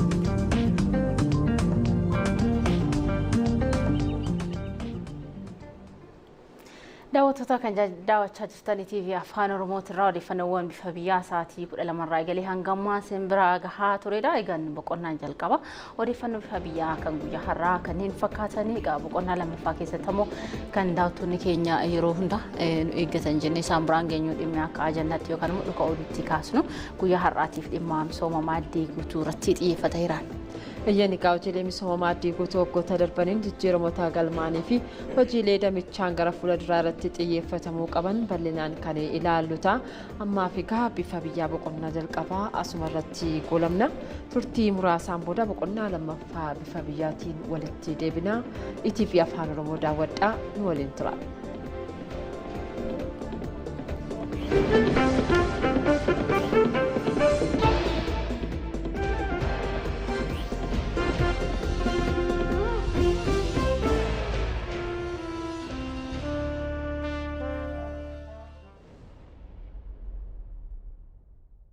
Borodan naga udum borana bula jivan naga gadan takura naga gadan taguyo naga gadan tunu borana naga bora kusi naga khusgose naga boran sab bogon chuma naga gadan mujin taroba naga bage robe aradan bala gulle no mirgete khole goto aku gudan kun naga nugu ana unta gubban beso na furbo tulu nam duri ta gama mulla dadachra gubban dar ar jalan ko sai ame ta yara ne ja dir samul kharamul dur ta dureti tai ora bula debana han kelmad han kergat ora bula debana Bobban naga, bobba yale galchumi naga, dalalachi naga, dala hormi naga, alawari naga, forgosi naga, gusborana sab bogon naga, rabi naga, yai naga, husi naga, huchun naga, gadan taguyo naga yaat, gadan mujin taroba naga yaat, kukini robe targu, dilelon githet hole gut naga wakat nugu, harrafulon naga, fulon nole bulijuti naga, yabal garbi dala naga, garbi dacha naga, uman naga, umati naga, haumame garajir naga, hanamene lafijir naga.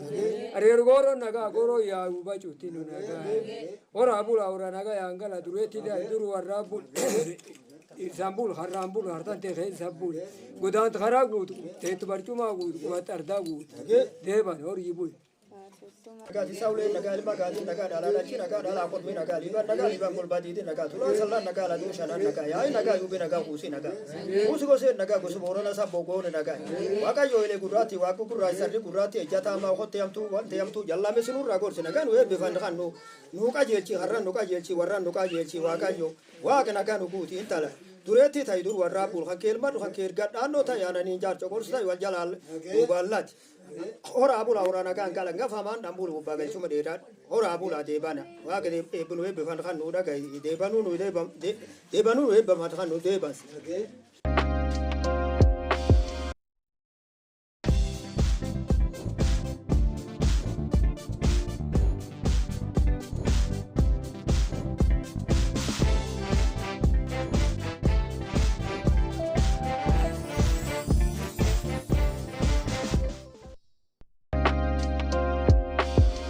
Chaanaaliin ETV Afaan Oromoo tamsaasa isaatii 24tiin oduu sagantaalee barnootaa fi bashannanaa isin biraan gahaa jira. ETV'n Afaan Oromoo dhimmoota hawaasa biyyattii hunda keessummeessuun kan uummanni biyyattii hundi keessatti of ilaalu ta'aa dhufee jira. Chaanaaliin keenya odeeffannoo tamsaasuun ijaarsa biyyaatiif gumaachaa jira.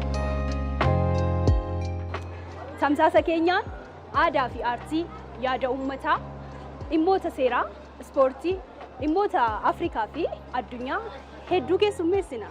ETV'n Afaan Oromoo bakka hundatti argama.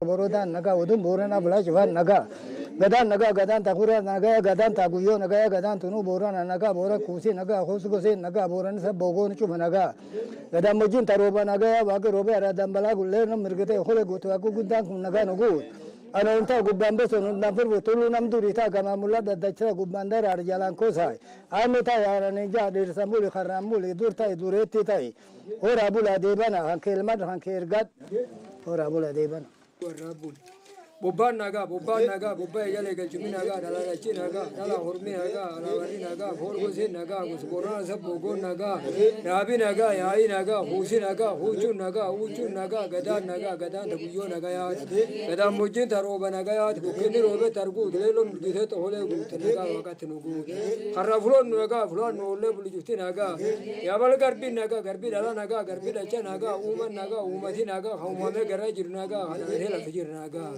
Ariir gooroo nagaa gooroo yaa'u bacuutti nu nagaa. Horaa bula horaa nagaa yaangala dureetti duru warraa bul. Isambul haraan bul hartaan teekee isambul. Godaant karaa guutu teetu barcumaa guutu qubatti ardaa guutu. Deeban horii bul. Nagaa saawulee nagaa ilma gaatii nagaa dhalaa dachii nagaa dhalaa qormii nagaa liibaan golbaatiitii nagaa tulaa sallaan nagaa laduu shanaan nagaa yaa'i nagaa yuubee nagaa kuusii nagaa kuusi goseen nagaa gosa boorana sabboo goone nagaa waaqayyo ilee gurraatti waaqu gurraa sarri gurraatti ejjataa maa hotte hamtuu wante hamtuu jallame sinurraa gorsi nagaa nu eebbifan kan nu qajeelchi harran nu qajeelchi warran nu qajeelchi waaqayyo waaqa nagaa nu guuti intala dureetti ta'i dur warraa bul kan keelma kan keergaa dhaannoo ta'i aananii jaarcho gorsi ta'i wal jalaal duuballaati.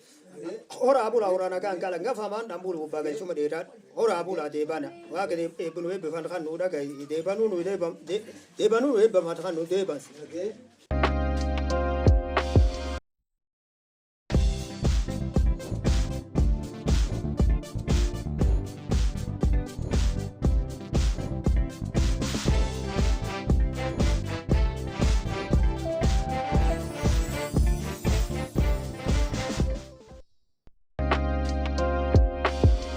Chaanaaliin ETV Afaan Oromoo tamsaasa isaatii 24tiin oduu sagantaalee barnootaa fi bashannanaa isin biraan gahaa jira.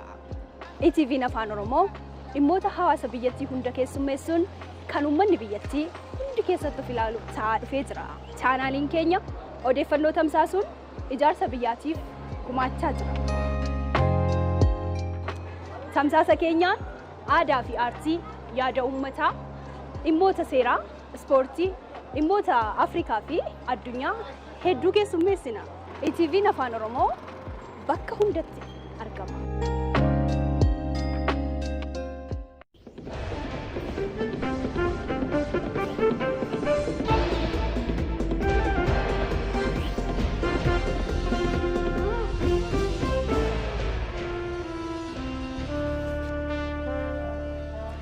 Daawwattoota odeeffannoo bifa biyyaa ETV Afaan Oromoo irraa isin bira gahuu marsaa lammaffaadhaan walitti deebineeti kan jirru. Odeeffannoowwan kanneen kanaan dura isin biraan geenye dabatamuu sa'aatii marsaa lammaffaa kana keessatti odeeffannoowwan bal'inaan qabannee ajandaa akkasumas immoo odeeffannoo biyyaalaas daawwattoota keenya biraan gahuudhaaf qophoofneeti kan jirru. Odeeffannoo bifa biyyaa keenya marsaa lammaffaa oduu ijootiin kan eegallu ta'a.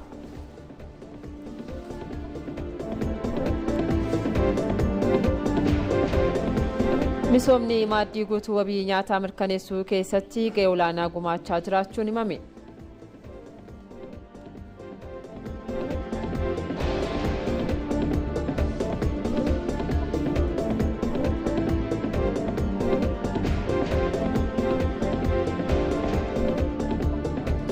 Walga'iin 20ffaan dhaabbata hojii addunyaa carraa hojii uumuu hiyyummaa hir'isuu fi fayyadamummaa haqa qabeessa mirkaneessuu irratti xiyyeeffate Finfinnee galma gamtaa Afrikaatti taa'ame.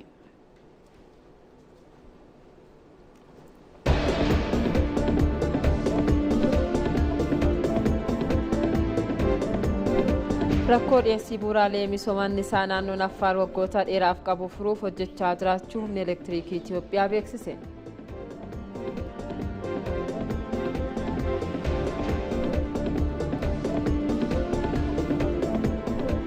Odeeffannoo biyyaalaatiin immoo Israa'el lammiilee Hamaas harka jiran gallakkisiisuu fi Hamaas barbadeessuudhaaf Gaazaa irratti duula waraanaa haaraa eegaluu beeksiste.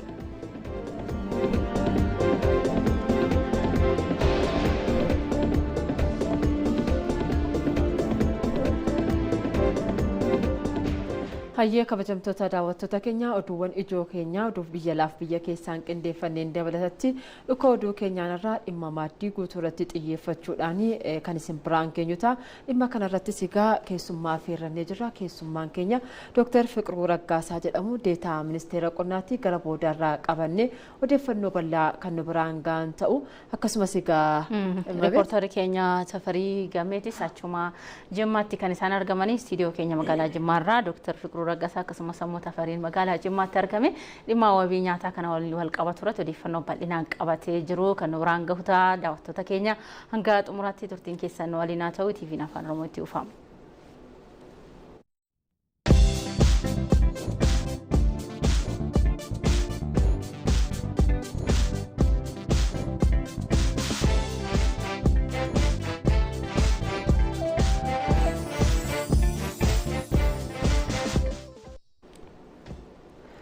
Oduu keenya jalqabaatiin IGAD fayyadamummaa godaantota naannawichaa mirkaneessuuf hojiiwwan hojjetamaa jiraniif deeggarsa taasisu cimsee akka itti fufu beeksisee konferensiin saayinsawaa afraffaan IGAD godaansaa fi magaalaa irratti qopheessee har'a Finfinneetti eegalameera.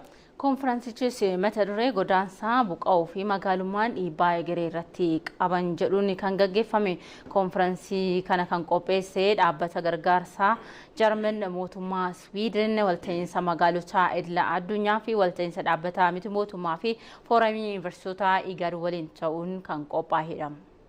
Hayyoonni qorattoonni maammata baaftonni ogeeyyonni misoomichaa fi qooda fudhattoonni biroon konferensicha irratti hirmaataniiti kan jirani. Sosochiin lammiileen biyyoota Afrikaa ba'aa IGAD keessatti taasisan guddina magaalotaa walitti dhufeenya dinagdee fi hawaasummaa irratti dhiibbaa geessisaa akka jiru sirnicha irratti himameera. Jijjiiramni haala qilleensaa jijjiiramoonni qubannaa uummataa fi haqa dhabeessi dinagdee godaansaa fi buqqaatiidhaaf sababa guddaa ta'uun waltajjii kanarratti eerameeti kan jiru. Itoophiyaatti itti waamamaan IGAD Ababaa Bihoonanyii qormaatileen magaalummaa naannichatti fidee dhiibbaa qindaa'aaf deebii qindaa'aa fi ragaa qabatamaa barbaada jedhanii jiru. Sochiin lammiilee guddina magaalotaa dinagdee fi hojiiwwan hawaasummaa naannichaa irratti dhiibbaa gochaa jiraachuus dubbataniiru. Daayirektarri olaantuun tajaajila godaantotaa fi godaansaa deebitootaa Xaayibaa Hasan muuxannoo Itiyoophiyaan godaantota simachuun qabdu hirmaattotaaf dhiyeessaniiru. Konferensiin kun hanga caamsaa 13 bara 2017 akka itti fufus himameera.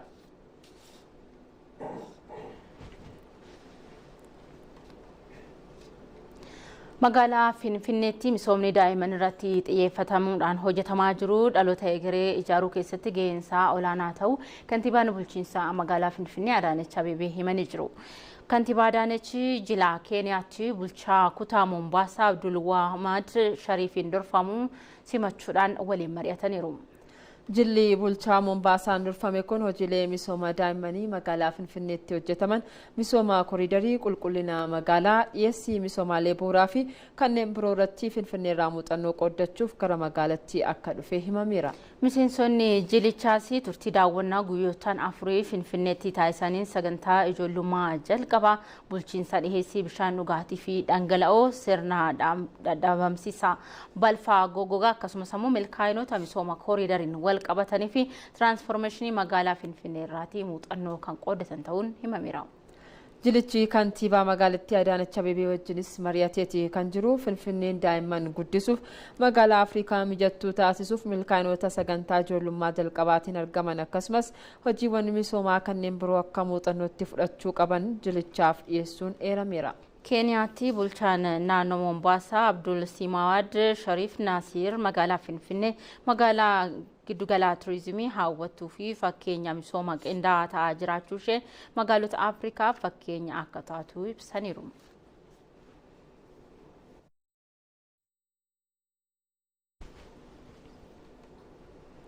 Ogeeyyonni miidiyaa fi kominikeeshinii dhugaan jijjiiramaa fi seenessi waloo cimanii akka itti fufaniif gahee isaanii sirnaan akka baatan itti gaafatamaan quunnamtii uummataa fi hariiroo idil addunyaa paartii badhaadhinaa Biqilaa Horriisaa hubachiisan. Dr. Biqilaan leenjii hooggansaa fi ogeeyyii miidiyaa fi kominikeeshinii magaalaa Diree Dhawaatti qophaa'ee jalqabsiisanii jiru. Jijjiirama akka biyyaatti dhufe hordofuun hojiin hojjetame dameewwan hundaan bu'aa qabataman itti galmaa'aa akka jirus ibsaniiru.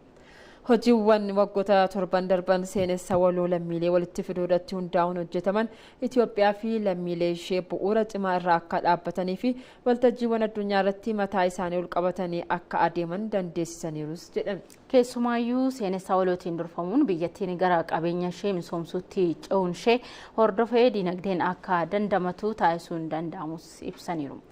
Kanaanis biyyattiin biyyoota Afrikaa dinagdeedhaan guddatan keessaa tokko ta'uu dandeesseettis jedhani gama dippiloomaasiitiinis jijjiiramni nama onnachiisuu galmaa jiraachuu himuu isaanii tajaajila oduu Itoophiyaatu gabaase.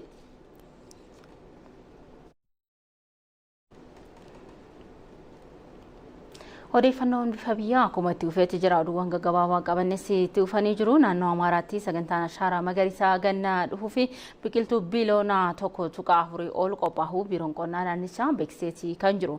Naannichatti sagantaan ashaaraa magariisaa fi qophiin barbaachisu taasifamaa jiraachuun ibsameera. Kanaafis hojiin biqiltuu qopheessuu fi lafa dhaabbii biqiltuu adda baasuu xiyyeeffannaan hojjetamaa jira jedhameera. Biiroon qonna naannichaatti Daayirektarri eegumsaa fi misooma qabeenya uumamaa Ismaa'il Mihirat dhaabbii biqiltuu ashaaraa magariisaaf lafti hektaarii 200 ta'u adda baafamu eeraniiru. Biiroon qonnaa naannichaatti Daayirektarri ifamaa buufataalee biqiltuu 69tti biqiltuun biiloonii 1 fi miiliyoonii 600 qophaa'uun karoorfamee hanga ammaattis biqiltuun biiloonii 1 fi miiliyoonii 400 ol qophaa'uun akka danda'ame ibsameeti kan jiru jechuudha. Hawaasa hirmaachisuudhaanis gama namaatii boollaa biqiltuu miiliyoona 100 fi miiliyoona 20 ol qopheessuun akka danda'ames ibsaniiru. Sagantaa ashaaraa dhaabbii ganna dhufuu teekinooloojiin deeggaruuf dursee qophiin barbaachisu hundi raawwatamaa jiraachuus biiroon qonna naannoo Amaaraa beeksiseera.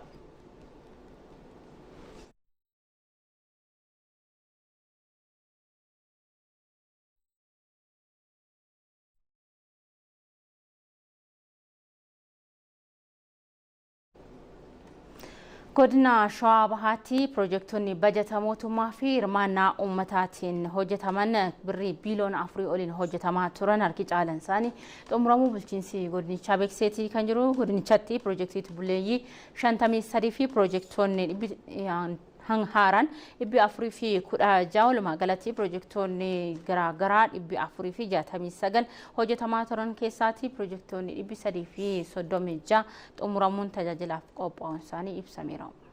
Aanaalee fi magaalota godina Shawaa keessatti piroojeektoonni ijaaramanii xumuraman tajaajilaaf qophaa'an keessa gama waajjira bulchiinsa godinaa buufataalee fayyaa manneen barnootaa piroojeektota bishaanii daandii sheediiwwan hojii dhabdoota waajjiraalee qonnaa ijaarsa mana murtii aadaa fi galma aadaa akkasumas kanneen biroo dabalatee walumaa galatti baajeta mootummaa fi hirmaannaa uummataa birrii biiliyoona 4 oliin ijaaramaa akka turan eeramee jira. Piroojeektoonni kunniin manneen hojii mootummaa keessatti bakka hojii mijataa gochuun akkasumas tajaajila seektaraalee mootummaa kennan kan aanaalee kan godinaa fi kan magaalotaa si'eessuu fi rakkoo bulchiinsaa hiikuudhaan hawaasa miliyoona 5 olii fi tajaajila kennuun akka danda'amu bulchaa ittaanaa godinaa Shawaa Bahaa Guutaa Gadaa himaniiru. Piroojeektoonni hojjetaman kunneen gaaffii fi fedhii misoomaa hawaasa godinichaa bu'uureffachuun kan hojjetaman ta'uu ibsuu isaanii biiroo kominikeeshinii mootummaa naannoo Oromiyaa irraa odeeffanne.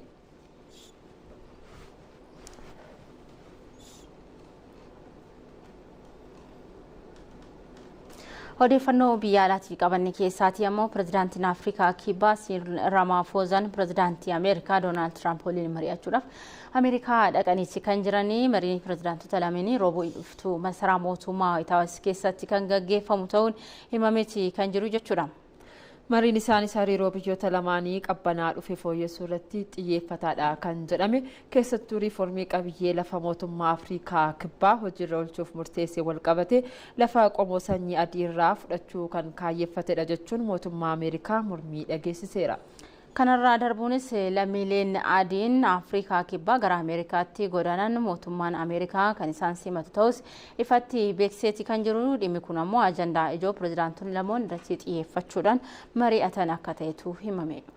Kana malees dabalii taarifa Ameerikaan oomishaalee Afrikaa Kibbaa irraa keessee waraanni Gaazaa fi hariiroon gamlamee dhimmoota marichaan irratti xiyyeeffataman ta'uu toorri odeeffannoo Afrikaa Niwus gabaaseera.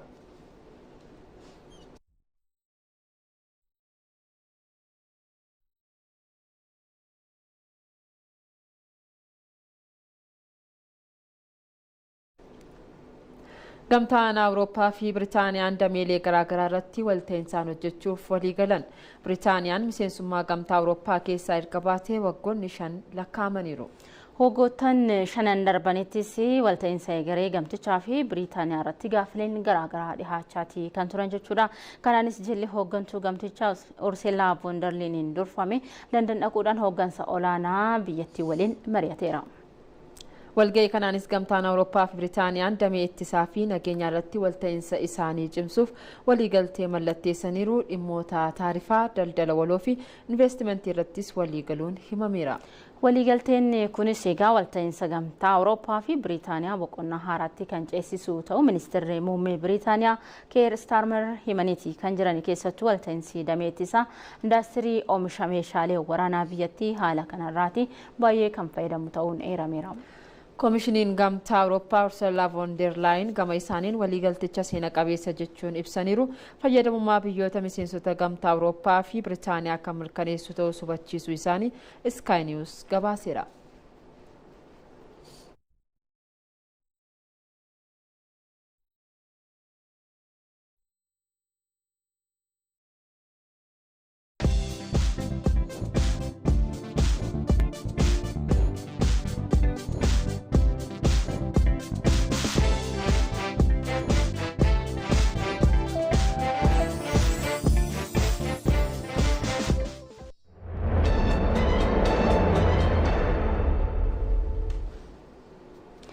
Daawwattoota keenya TV Afaan Oromoo irraa odeeffannoo bifa biyyaa marsaa lamaan isin bira ga'uu daawwachaatii kan jirtanii ammoo sa'aatii odeeffannoo dhukaa oduu guyyaa har'aatti isin biraan geenyu irraa geenyeeti kan jiru. Egaa akkuma jalqaba kaasne heeraan odeeffannoo dhukaa oduu guyyaa har'aatiin dhimma wabii midhaan nyaataa mirkaneessuu waliin wal qabate keessaa maaddii guutuu irratti xiyyeeffanne daawwattoota keenya biraan odeeffannoowwan garaagaraa ga'uudhaaf qophoofneerra.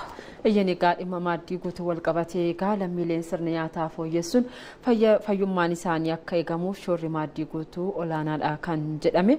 Raawwii hojii maaddii guutuu sadarkaa federaalaatti magaalaa Jimmaatti egaa gidduu kana gamaagamamaati kan jiru. Asaantii Hasan gabaasaa Tafarii Gammee qindeessiteetti daawwannee walitti deebina. Maaddii guutuun yaadama dinagdee biyya keessaa burquun iyyummaa hir'isuu keessatti toora xiyyeeffannoo guddaa ta'ee fayyadamummaa wabii nyaataa mirkaneessaa jiru akka ta'e himama. Gamaggamni raawwii ji'a 9 maaddii guutuu kunis magaalaa Jimmaatti raawwatamaa jira. Sagantaa gamaggamaa kanarratti pireezidaantii itti aanaa paartii badhaadhinaa Adam Faaraa, ministeera qonnaa Girmaa Amantee, sadarkaa pireezidaantii itti aanaatti qindeessaa misooma baadiyyaa Addisuu Araggaa, pireezidaantota naannolee, qondaaltonni olaanoon mootummaa federaalaa fi naannolee hirmaataniiru. Waltajjii kanarratti haasaa baniinsaa kan taasisan qindeessaan misooma baadiyyaa naannoo Oromiyaa Addisuu Araggaa naannoo Oromiyaatti bara 2015 haga 2018tti karoora waggaa 4 baasuun dhimmoota xiyyeeffannoo barbaadan 4 irratti hojjechuuf karoorfamee hojjetamaa turuu ibsaniiru. Isaanis wabii nyaataa mirkaneessuu, carraa hojii uumuu, oomishaalee alaa galan hambisuun, qulqullinaa fi baay'inaan oomishuun alatti erguu kanneen jedhaman irratti mootummaan naannichaa tattaafataa turuu himaniiru. የኦሮሚያ ክልላዊ መንግስት ይህን በክቡር ጠቅላይ ሚኒስትራችን የመነጨውን አዲስ አስተሳሰብ ለመተግበር mootummaan naannoo Oromiyaa sagantaa maaddii guutuu yaadama ministeera muummeetiin eegalame kana hojiirra oolchuudhaaf karoora waggaa 4 jechuunis 2015 hanga 2018 raawwachuudhaaf qajeelfama hojiirra oolchuudhaaf raawwachiisu qopheessuudhaan hojiitti galeera. Hojiilee hanga ammaatti hojjetamaniinis wabii nyaataa mirkaneessuu, oomishaalee alaa galan kan biyya keessaatiin bakka buusuu, oomishaalee gabaa alaatiif dhiyeessuudhaan sharafa alaa argamsiisuudhaa fi carraa hojii uumuun galma godhannee milkaa'inoota isaaniitiif hojjechaa turreerra. Milkaa'inoota galmoota qabamaniif immoo tarsiimoodhaa fi maloota gurguddoo 3 hojiirra oolchineerra. Isaanis tokkoffaan misooma beeladaa kilaasteraan qindeessuudhaan deeggarsa ogummaa barbaachisu taasisuudhaa fi galteewwan dhiyeessuun walitti hidhamiinsa gabaa uumuu. 2 deeggarsa ogummaa beekumsa irratti xiyyeeffatee fi dhiyeessii teekinooloojii guddisuu. 3 hojiirra oolmaa hojichaa mooyyuu garee teeknikaa fi hooggansaa abbummaadhaan to'atu qindeessuudhaan hojiitti galchuudha. Ministeerri qonnaa Girmaa Amantee hojiin maaddii guutuu naannolee hundatti bifa qindaa'aa ta'een raawwatamuun bu'aa isaas hawaasni dhandhamaa jira jedhan. Labsiin waadaa soqotaa wabii nyaataa mirkaneessuu qancarummaa daa'immanii hambisuun wal qabatee ture akka dhugoomuuf gaheen maaddii guutuu bahates olaanaa akka ta'e ibsaniiru. የሌማት ትሩፋት በሁሉም ክልሎች በመተግበር ላይ ያለ ሲሆን maaddiin guutuun naannolee biyyattii hundatti hojiirra oolaa kan jiru yoo ta'u, ifoomee hojiirra ooluu erga jalqabee kaasee horsiisee fi qotee bulaa biratti kaka'umsa olaanaas uumee jira. Qotee bultoota fi horsiisee bulaan ganda isaaniitti gurmaa'uun gara horsiisaa fi oomishaatti galaa jiru. Akka fakkeenyaatti sagantichi yeroo eegalamu dhiyeessin cuucii guyyaa tokko miiliyoona 26 irra ture ji'a 4 darbe qofa miiliyoona 100 ol raabsuun danda'ameera. Waggaatti humni mala namaan diqaalomsuu miiliyoona walakkaa hin caalle ji'oota 4 darban qofatti loonii fi goromsa miiliyoona 3 diqaalomsuun danda'ameera. Walumaa galatti naannolee fi bulchiisa magaalotaa hundatti akkaatuma humna oomishaa fi ikooloojii naannichaatiin inisheetivichi cichoominaa fi kaka'umsan hojiirra oolchuu irratti argamu.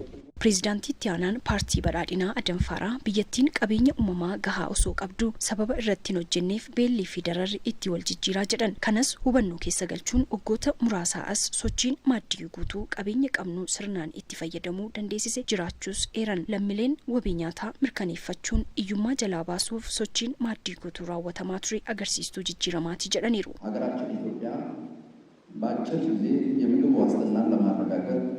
Biyyi keenya Itoophiyaan yeroo gabaabaa keessatti wabii nyaataa mirkaneessuuf misooma bal'aa, humna namaa fi haala qilleensaa oomishaaf mijataa ta'e qabaattus kana haalaan fayyadamuu dhabuu isheetiin yeroo hedduu hanqina nyaataaf saaxilamuu fi hirkattummaa gargaarsaaf saaxilamaa turteera. Waggoota muraasa darban garuu qajeeltoo rakkoo fi ofiin furuu jedhuun carraalee qabnu haalaan fayyadamuun riifoormii mandhalee cabiinsa diinagdee suphuuf gargaaranii fi sagantaaleen misoomaa bocamuun hojiirra oolaniiru. Kanneen keessaa maaddii, wabii nyaataa fi oomishaaleen mandhalee keessatti kanneen argamanidha. Sirni nyaataa fayyaa waliin wal qabata. Hawaasni fayya qabeessa ta'e ammoo biyyaafis ofiifis bu'aa buusa waan ta'eef kanarratti xiyyeeffatamee hojjechuu feesisaa jedhameera. Hayyee kabajamtoota daawwattoota keenya egaa gamaggamni raawwii maaddii guutuu magaalaa Jimmaatti gamaggamamaatii kan jiru. Dhimma kanarrattis egaa istuudiyoo keenya Jimmaatti keessummaa affeerranneeti kan jiru. Keessummaan keenya deetaa ministeera qonnaati Dr. Fiqiruu Raggaasaadha kan jedhamani. Akka mooltan Dr. mee yaadamni maaddii guutuu kun jireenya lammiilee irratti jijjiirama qabatamaa inni fidee maali jechuu dandeenyame? baay'ee galatooma. Karoorri maaddii guutuun kun erga jalqabamee ganaa waggaa sadaffaa keessa seenaa jira. Akka jalqabameenis kaayyeeffatee kan inni ka'e tokkoffaan wabii nyaataa mirkaneessuudha. Lammaffaan immoo qabeenya beeladaa hanga kana otoo qabnu bu'aa beeladaa kan ta'e biyya alaatii kan galchinu jira.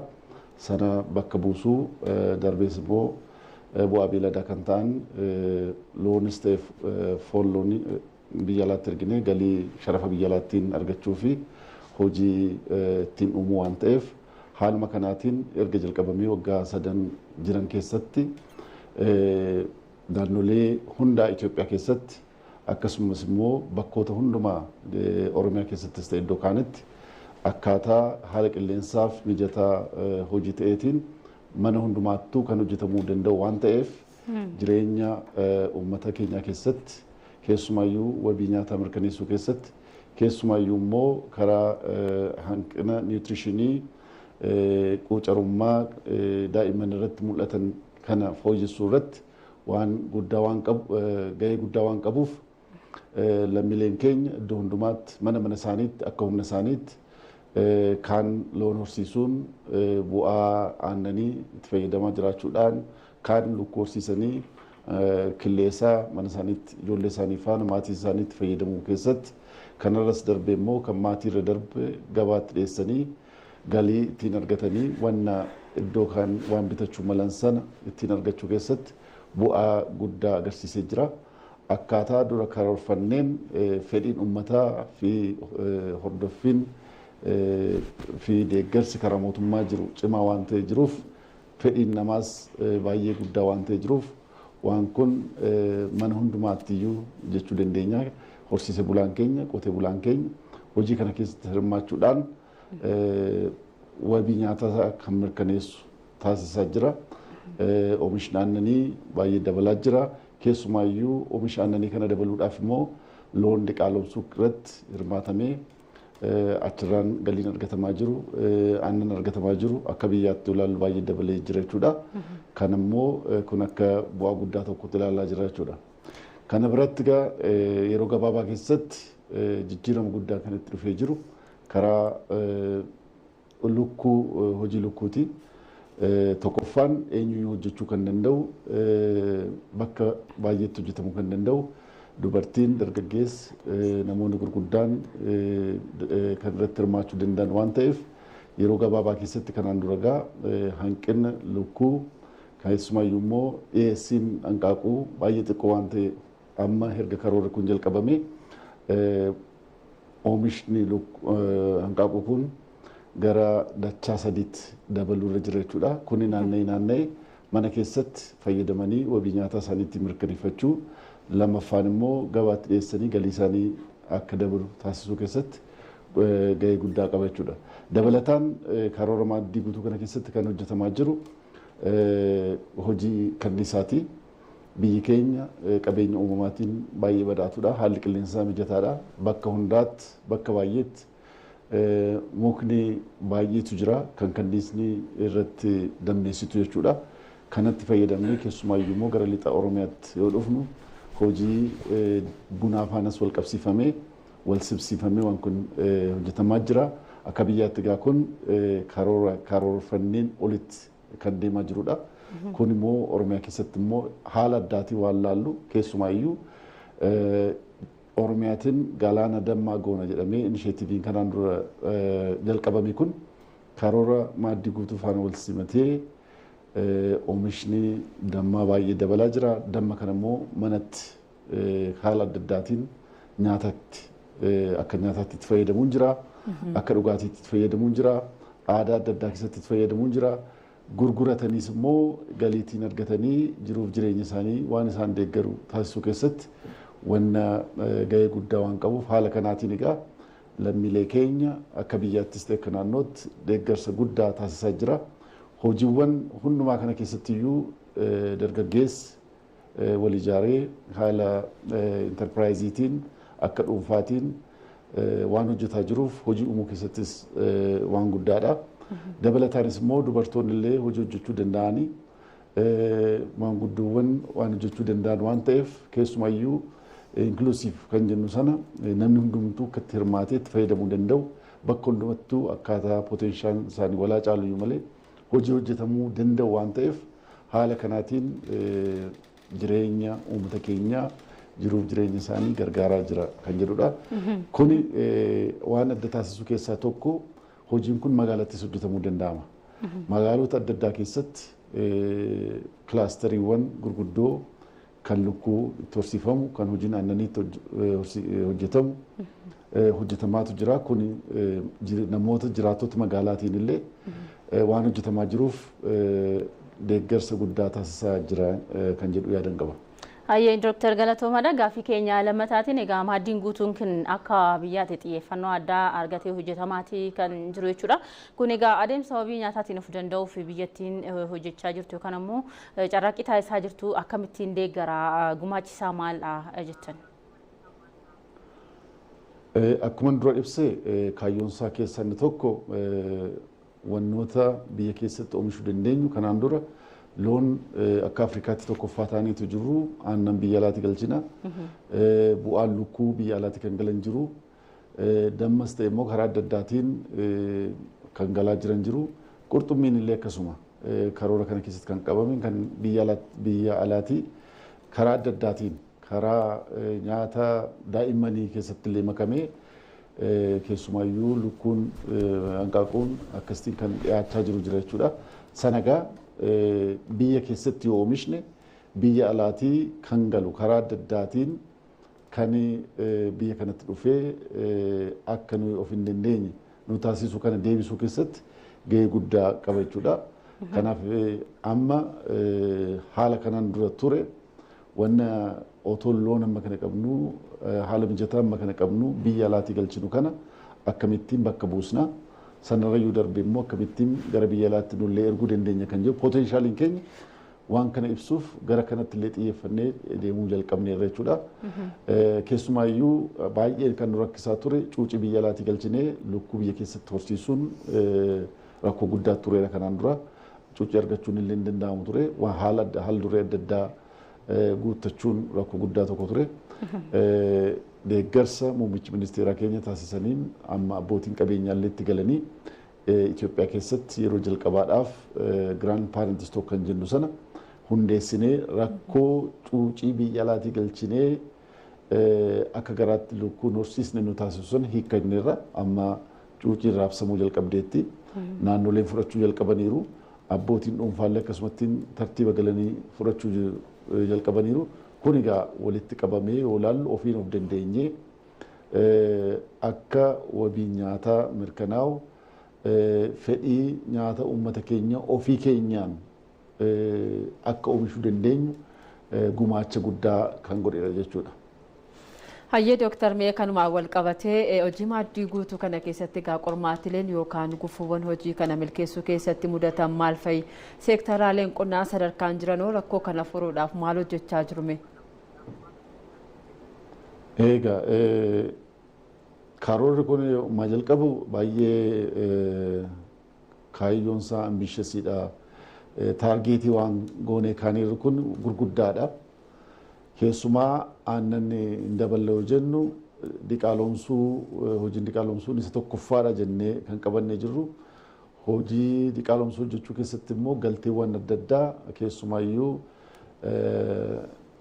naayitiroojiinii argachuun kun rakkoo guddaa ture. Kuni bakka hundaatti Itoophiyaa keessatti iddoo adda addaatti akka rakkootti ka'aa ture. Kana hiikuudhaaf egaa ministeerri qonnaa piroojeektoota jiranitti fayyadamee barana qofa maashinii dhangala'oo naayitiroojiinii oomishan 5 binnee iddoo 5tti hundeessineerra. Dabalataanis immoo iddoo kana naannoo waan kana arganne birattis akka galamuuf 5 hojii bittaarra jira jechuudha. Kun galtee aannanii keessatti rakkoo guddaa isa tureef amma hiikamaa jirudha jechuudha. Dabalataan cuuciin akkuma sila kaasedha. Cuucii argachuun hin danda'amu ture. Sababni isaas haadhoon cuucii biyya alaatii waan galuufi amma biyya keessatti waan kana oomishuu waan dandeenyeef gara fuulduratti rakkoon kun hiikamee rakkoon karaa cuucii galtee nu mudataa ture kun guutummaa guutuutti gara hiikuutti deemnee irra jechuudha. Sana biratti galteen karaa gaaguraa ammayyaati. Akkuma beeknu gaaguraa isa aadaatiin hojjetamu sun immoo kanniisa kanatti fayyadamnee dammee nuyi oomishnu baay'ee xiqqaa waan ta'eef gaagura ammayyaatti yoo fayyadamne gaagura tokko keessaa amma kiiloo giraama 30tti argachuu waan dandeenyuuf kanallee akka interventionii tokkotti fudhannee itti deemaa turre. Rakkoo cimaa kan ture egaa gaagura ammayyaa kana akkamittiin oomishamee waliin ga'ama kan jedhu sana keessumaayyuu immoo Oromiyaan karaa kanaan adda durummaa ta'ee tooftaa adda addaa dhiyeessee gaagurri ammayyaa gatii gadhaanaatiin akka argamu taasiseera jechuudha. Dabalataatiin egaa karaa qurxummiis akkasuma galteewwan adda addaatu jira ture. Sunis amma cimisaanitti deemameetu hojjetamaa jira. Kuni akka galteetti rakkoo turan haala ittiin hiikamaa jiranidha. Kana biraanis egaa xiyyeeffannoon beelladaaf kenname xiyyeeffannoon bu'aa beelladaaf kenname baay'ee gadhaanaadha ture. Amma jijjiiramni akka dhufu kan taasise keessaa inni guddaan tokko mootummaan xiyyeeffannoo guddaatti kennee amma muummicha ministeeraatii jalqabee pirezidaantoota jalqabee ministeerota jalqabee hooggantoota naannoorra jiran akkasumas immoo ogeessota bakka hundumaatti xiyyeeffannoodhaan waliigalteedhaan wanni kun uummanni wanta kana isaafii galee akka inni itti hirmaatu deeggarsa taasifamu wal hundumaa dhiyeesseetu hojjetamaa ture. Kunillee rakkoo xiyyeeffannoo ture sana akkasitiin tartiibaan hiikamaa waan jiru jechuudha. Kan biraan rakkoo gabaafaan rakkoo nyaataafaan kan keessumaa nyaata beelladaa kaasuutu natti jirasi. Nyaati beelladaa kun iddoo baay'eetti dhiyeessiinsaa keessumaayyuu compound feed kan jennu concentrate kan jennu baay'ee hanqinatu jira ture. Hanqina kanarraa kan kaateef immoo gatiinsaa baay'ee ol ka'aa ture. Kana jechuun bu'a qabeessa akka hin taane kan nu taasisee ture jechuudha. Akka Itoophiyaatti ilaallu bakka muraasa keessatti ture faabrikaan nyaata beelladaa hojjetu kun jechuudha. Amma yoo xiqqaate sadarkaa aanaatti iddoo tokko tokkotti sadarkaa zooniitti iddoo tokko tokkotti humni isaa walaa caaluyyuu malee faabrikaan nyaata beelladaa kun hundeeffamee oomishuu jalqabeera jechuudha. Kana jechuun egaa availability nyaata beelladaa akka gara kan haala kanaan dura ture faana wal bira qabnee ilaallu baay'ee akka inni fooyyoo ta'eera. Akka fakkeenyaattis wanni ilaallu jira. Kanaan dura naannoo keessumaa Beenishaangul Gumuz as Finfinnee dhufanii Bishooftuu dhufanii Bahar Daar deemanii bitaniitu looniif kennu turan jechuudha. Kana jechuun bakka sana boqqolloon otoo oomishamaa jiru bakka sana galteewwan beelladaa nyaata beelladaaf ta'an otoo oomishamaa jiru achi bahee iddoo kaaniif bitameetu processed ta'ee dhiyaata ture. Kana jechuun gatiin nyaata beelladaa garmalee akka inni qaala'u kana jechuun immoo bu'aan hojii kanarraa argamu akka inni gadi xiqqatu waan taasisaa tureef amma haala kana iddoo adda addaatti akka inni hundaa'u taasifamee baay'eetti iddootti gatiinsa gadi siqaa jiru jira. Iddootti immoo gatiin steebilitee akka inni taa'u taasifamaa jiru jira. Kunillee naannoleen abbootiin dhuunfaa abbootiin qabeenyaa mootummaan xiyyeeffannoo fudhatee rakkoon kun akka inni hiikamuuf irratti hojjechaa jirudha jechuudha. Dabalataan egaa amma rakkoo ta'ee dhufaa jiru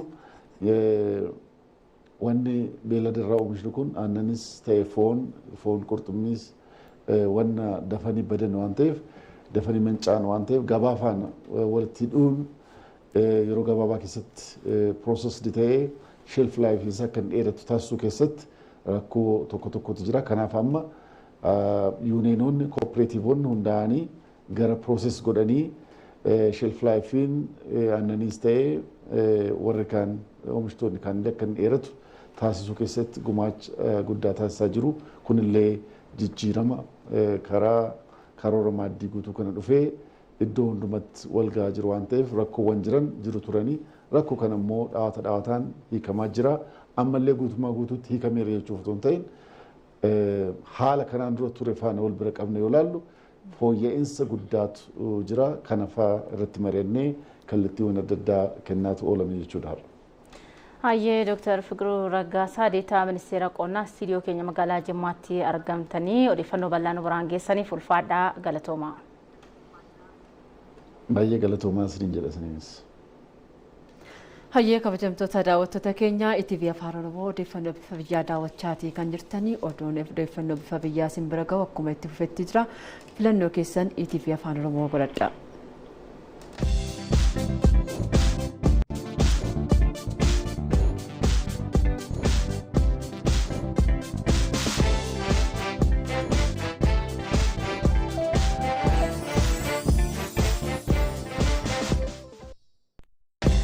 daawwattoota ammas egaa dhuka dubbii keessaa hin baane dhimma keessa maaddii guutuu kana waliin wal qabatee odeeffannoo bal'inaan deetaa ministeera qonnaa Dr. Fiqiruu Biraan Gaaniin dabalatatti riipoortara keenya Tafarii Gammes egaa waltajjii kana hordofaatii kan jiru jechuudha magaalaa Jimmaatti kan inni argamu. Egaan Tafarii mee waltajjii keessaa bal'inaan egaa Dr. akkuma kaasanitti dhimmoonni ijoodhaan kaan akkuma jiran ta'e bal'ina maaltu ka'ee kallattiin gara fuulduraa hoo maaltu kaa'ame wantoonni irratti mari'atan maal fakkaatu kan jedhu gabaabinaan daawwattoota keenya haala mi'aachii jiru nu biraan ga'e. Hayyee galatooma egaa Itoophiyaan yeroo garaagaraatti qabeenya uumamaa fi qabeenya kuufamaa hedduu qabdi jedhameeti kan himamu. Qabeenya kuufamaa qabdu kan ammoo qixa barbaadamuun qindeessuudhaan itti fayyadamuu irratti hanqinni olaanaan tureeti kan jiru jechuudha.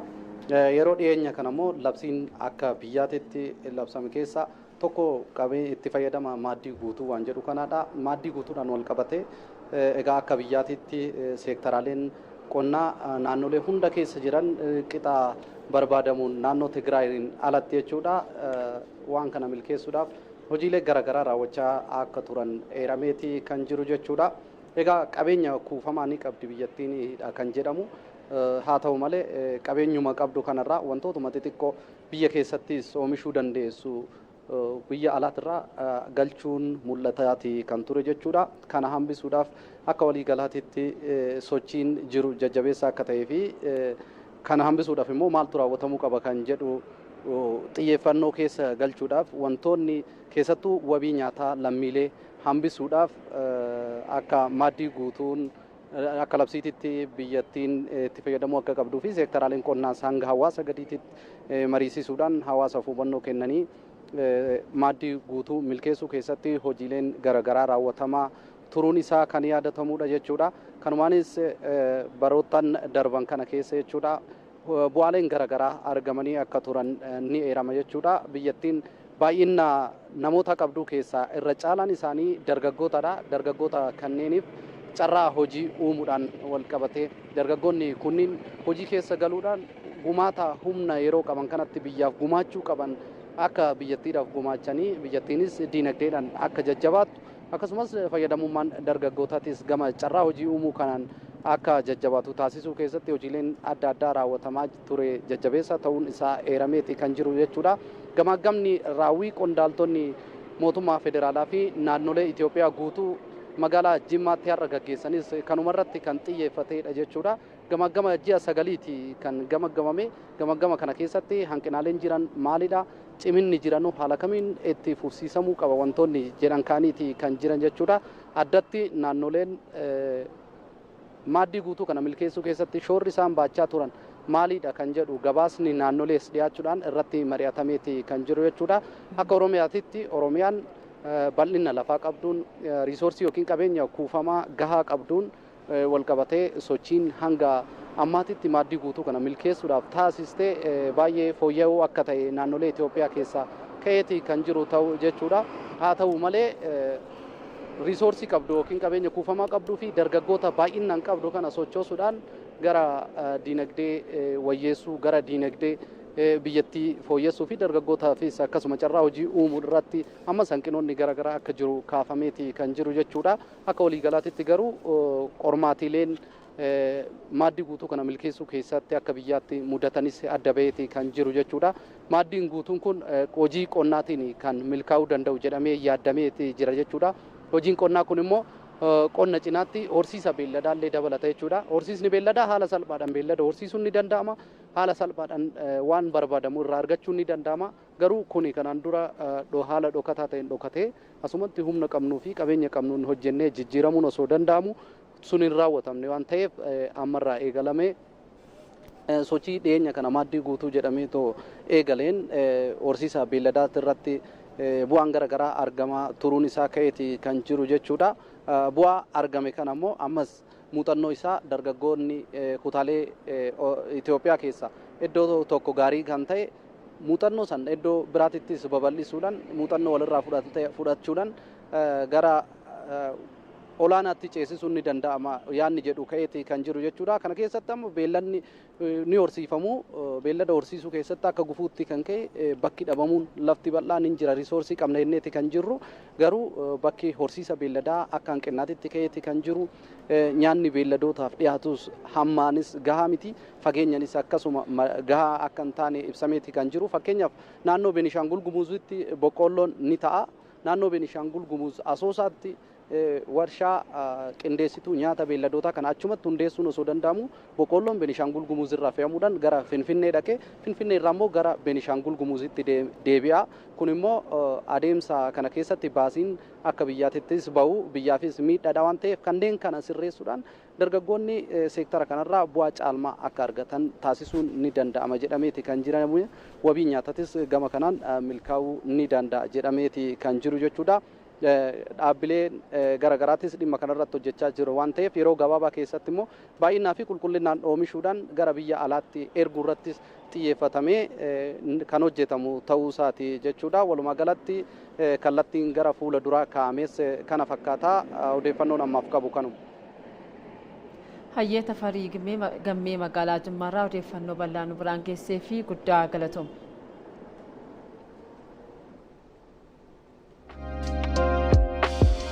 Chaanaaliin ETV Afaan Oromoo tamsaasa isaatii 24tiin oduu sagantaalee barnootaa fi bashannanaa isin biraan gahaa jira. ETV'n Afaan Oromoo dhimmoota hawaasa biyyattii hunda keessummeessuun kan uummanni biyyattii hundi keessatti of ilaalu ta'aa dhufee jira. Chaanaaliin keenya odeeffannoo tamsaasuun ijaarsa biyyaatiif gumaachaa jira. Tamsaasa keenyaan aadaa fi aartii yaada uummataa dhimmoota seeraa, ispoortii, dhimmoota Afrikaa fi addunyaa hedduu keessummeessina. ETV'n Afaan Oromoo bakka hundatti argama. Warra dhuka dubbii keessaatii baaneerra daawwattoota keenya amma immoo odeeffannoo kanneen biroo qabanne keessaa tokko simbiraan ga'uudhaaf qophoofnee jirra. Itoophiyaan bu'uuraalee koonistiraakshiniin hojii bu'aa qabeessa hojjechaa jirti jedhan ministeerri magaalaa fi bu'uuraalee misoomaa adda caaltuu isaanii. Walga'ii 20ffaan dhaabbata hojii addunyaa sadarkaa Afrikaatti Finfinnee gamtaa Afrikaatti ta'ameeti kan jiru. Waltajjichi yaadota carraa hojii uumuu, hiyyummaa hir'isuu fi fayyadamummaa haqa qabeessa mirkaneessuu danda'an maddisiisuu irratti kan xiyyeeffatedha. Waltajjicha Mangistuu Akkumaatu hordofee gabaasatti aanu qindeesseera. Konfereensiin dhaabbata hojjettoota idil addunyaa 20ffaan qopheessummaa Itoophiyaatiin galma gamtaa Afrikaatti galameera. Konfereensichis dhimmoota investimentii misooma bu'uuraa fi carraa hojii uumuu giddu galeessaa kan godhate yoo ta'u sadarkaa ardii Afrikaatti guyyoota 5f kan geggeeffamudha. Sirna baniinsaa konfereensichaa irratti kan argaman afyaa'iin mana maree bakka bu'oota uummataa Taaggasaa Caafoo sagantichi ardii Afrikaattiif carraa guddaa kan uumu ta'uu himuun Itoophiyaanis gama teknooloojii fi investimentiitiin carraa bal'aa uumaa jirti jedhan. This conference is thus a great opportunity for Africa in influencing. Konferensiin kun biyyoota Afrikaatiif hedduu murteessaadha. Keessattuu namoota carraa hojii hin argatin miliyoonaan lakkaa'amaniif carraa kan uumudha. Keessattuu dhaamsiin ani hirmaattota hedduuf dabarsu biyyoonni Afrikaa carraa kana fayyadamuun carraawwan jiran gara hojiitti hiikuun hiyyummaa fi duubatti hafummaa seenaa gochuudhaaf tokkummaa isaanii cimsuun hojjechuu qabu. Distinguished participants to take this opportunity and make the most out of it in order to contribute towards creating a better continent free from poverty, unemployment and inequality. Ministeerri hojii fi ogummaa Mufaariyaat Kaamil konferensichi hojiilee Itoophiyaan gama kalaqaa fi carraa hojii uumuutiin hojjechaa jirtu kan beeksisudha jedhan. I'm particularly excited that Ethiopia is hosting this conference. Itoophiyaan carraa kana argachuu isheetti hedduu gammadeera. Keessattuu Itoophiyaan gama walitti dhufeenyaa kaaba fi kaabaa yookaan saawus learning jedhuun hubannoo guddaa gama investimentii fi bu'uuraalee misoomaan kan argattudha. Kana malees konferensichi Itoophiyaan imala ishee gama kalaqaa fi carraa hojii uumuun taasisaa jirtu kan itti beeksiftudha. In promoting employment through innovative approaches. Ministeerri magaalaa fi misooma bu'uuraa Caaltuu Saanii Itoophiyaan biyya dargaggoota hedduu qabduu fi gama teekinooloojii fi misooma bu'uuraatiin hojii bal'aa hojjechaa jiraachuun ishee saganticha akka qopheessituu fi ishee taasiseera jedhan. ሀገራችን ኢትዮጵያ የወጣቶች ሀገር እንደመሆኗ መጠን Itoophiyaan biyya dargaggoota hedduu qabdu waan taateef akkasumas dhimmichi kallattiin carraa hojii uumuu waliin waan wal qabatuuf saganticha Itoophiyaan akka qopheessitu ta'e. Kanaaf misooma bu'uuraa itti fufiinsa qabu yeroo hojjennetti nageenya lammiilee fi eegumsa naannoo giddu galeessa godhanneeti. Itoophiyaanis kanneen kana giddu galeessa godhachuun hojimaata haaraa qopheessitee hojjechaa jirti. Sagantaan kunis muuxannoo wal jijjiiruu fi walitti dhufeenya keenya cimsuuf kan gargaarudha. ስትራቴጂዎችን ቀርጸን ስንሰራ ቆይተናል። Daayiriktarri dhaabbata hojjettoota addunyaa damee gaanfa Afrikaa Imbuulaa Indaabaa konferensichi carraa hojii eegumsa naannoo fi qabeenya ardichaa giddu galeessa godhatee uumuu fi murteessaa ta'uu himuun rakkoo hojii dhabdummaa ardichaafis fala waaraa kan fidudha jedhan. This conference is very important for us because it deals with issues that are closer to our hearts. Waltajjiin kun ardii Afrikaatiif hedduu murteessaadha. Keessattuu ardii Afrikaa keessatti rakkoo hojii dhabdummaa hedduutu mul'ata. Rakkoo kana kalaqoota garaagaraa gargaaramuudhaan humna qabnu gara hojiitti galchuun murteessaadha. Dhaabbanni hojjettoota idila addunyaa rakkoo hojii dhabdummaa investimentiiwwanii fi teekinooloojii jijjiirama qilleensaa irratti dhiibbaa hin uumne fayyadamuun furuu irratti hojjete. Kanaaf tokkummaa keenya cimsuun dhimma kana irratti hojjechuun murteessaadha.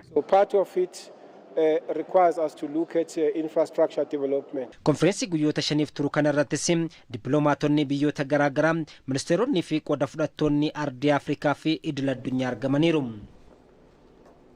Rakkoo dhiheessii bu'uuraalee misoomaa anniisaa naannoo Affaar waggoota dheeraadhaaf qabu ture furuudhaaf hojjechaa akka ture humni elektirikaa Itoophiyaa beeksiseeti kan jiru. Waggoota muraasaan asitti hanqinni dhiyeessii anniisaa naannichaa fooyya'uu isaatiin sosochiin dinagdee fi investimentii dabalaa dhufuu biiroon daldalaa fi investimentii naannoo Affaar himeera. Teediroos Tola garasitti imaluudhaan gabaasatti aanu qindeesseera. Uffanni raabsaa anniisaa yookaan saab isteeshiniin Samaraa fedhii anniisaa naannaa kanaa guutuudhaan sochii turizimii fi investimentii naannaa kanaatis haalan si'eessuu irratti kan argamudha. Sochii hawaasa dinagdeetii fi misooma guddina naannichaatiif anniisaan baay'ee murteessaadha. Anniisaa kana waliin gahuudhaafis dhiyeessiin anniisaa naannicha keessatti jiru murteessaa ta'a. Kanaafis naannoo Affaaritti fedhii anniisaa jiru waliin gahuudhaaf buufataaleen raabsaa anniisaatii fi sararoonni raabsaa anniisaa 3 diriirfamanii hojii irratti argamu. ሰብስቴሽን መቋቋሙ ብዙ አድቫንቴጆች ፈጥሯል። ምክንያቱም 24 ሰዓት አገልግሎት የማግኘት እድል ፈጥሯል። በፊት ከእንትን የዘለለ አልነበረም። ሰብስቴሽኒን ናኖ ኬሰት ሁንዳውን ኢሳ carraa hedduu uumeera. Amma sa'aatii 24 ta'uun tajaajila elektirikii bu'aa hedduu kan qabu yoo ta'u, duraan tajaajila ifaa bira kan darbee hin turre. Yeroo boba'aan fayyadamaa turretti. Yeroos tajaajilli ibsaa baay'ee muraasa ture. Amma garuu elektirikiin carraa investimentii warshaaleen akka hojjetanii asumatti oomishaniif carraa uumeera. Annisni elektirikaa akka naannaatitti naannoo kanatti persentiin fluctuate godhe yookaan immoo annisni elektirikaa dhabamu baay'ee xiqqaadha. Yeroo baay'ee annis elektirikaatiin itti fayyadamna. Ventileetara yookaan immoo ACdhaan itti fayyadamna waan ta'eef tajaajilli isaan elektirikaa kun baay'ee nu tajaajilaatiin jira. Gargaarsa guddaa nuuf kennaatiin jira waan ta'eef persentii 90 ol kan itti fayyadamnu isa elektirikaatiin jecha. ማሽን የምናንቀሳቀስበት በሱ ነው። ሙሉ ማሽኖች የሚጠቀሙት ኤሌክትሪክ ነው። ጉቱመት ማሽኖታ kana kan sochoosnu elektirikiidhaan sanaan ala jenereeteraan fayyadamuun baay'ee ulfaataadha. Tariitii yoo elektirikiin bade hojii addaan kunna jechuudha. Oomishtummaan keenya elektirikii irratti hundaa'ee jechuudha. Akka gaariitti hojjechaa jirra. Naannoo Affaar keessatti fedhii yookaan sochii misooma guddinaa fi investimentii naannichaa amma jiru deeggaruudhaaf anniisaan daran barbaachisaa ta'uu isaatiin humni elektiriikii Itoophiyaa waliin gahinsa anniisaa naannichaa irratti xiyyeeffannaa guddaadhaan hojjetaati jira. አጠቃላይ እዚህ ኢንዱስትሪ ዋናው በዋነኝነት ያስፈለገበት ምክንያት የኃይል አቅርቦት የማብራት waliigalatti asitti paarkii indaastirii hundeessuun kan barbaachisee fi asitti dhiyeessiin annisaa elektiriikaa gahaa ta'ee jiraachuu isaatiin bu'uuraaleen misoomaa iddoo tokkoo fiduun kan danda'amu yoo annisaan jiraatedha. Asitti amma erga elektiriikiin gahaan dhiyaate as oomishaalee alergii fi alaagalanis sirnaan geejibsiisuun tursiisuun danda'amee jira. investimentii hawwachuunis danda'ameera. Indaastiriiwwaniifis haalli mijataa jira. Dureeyyoota simachuuf balballi keenya banaadha. daawwattoota kan daawwachaa jirtan ETV Afaan Oromoo irraa odeeffannoo bifa biyyaa marsaa lammaffaa irratti kan nuti argamnu waliin bal'inaan qabanis akkuma itti dhufetti jira. Manneen barnootaa bu'uuraa boruu keessatti barattoonni beekumsa bu'uuraa argachuudhaan hubannoo isaanii gabbifataa akka deemaniif xiyyeeffannoon hojjetamaa jiraachuu biiroon barnootaa Oromiyaa beeksisee kan jiru. Manneen barnootaa moodela ta'an keessattis barnoonni meeshaalee deeggarsaan kennaman bu'aa qabatamaa fidaa jiraachuudha kan dubbatame. Siisaay Soorichaa waan qindeessee qaba.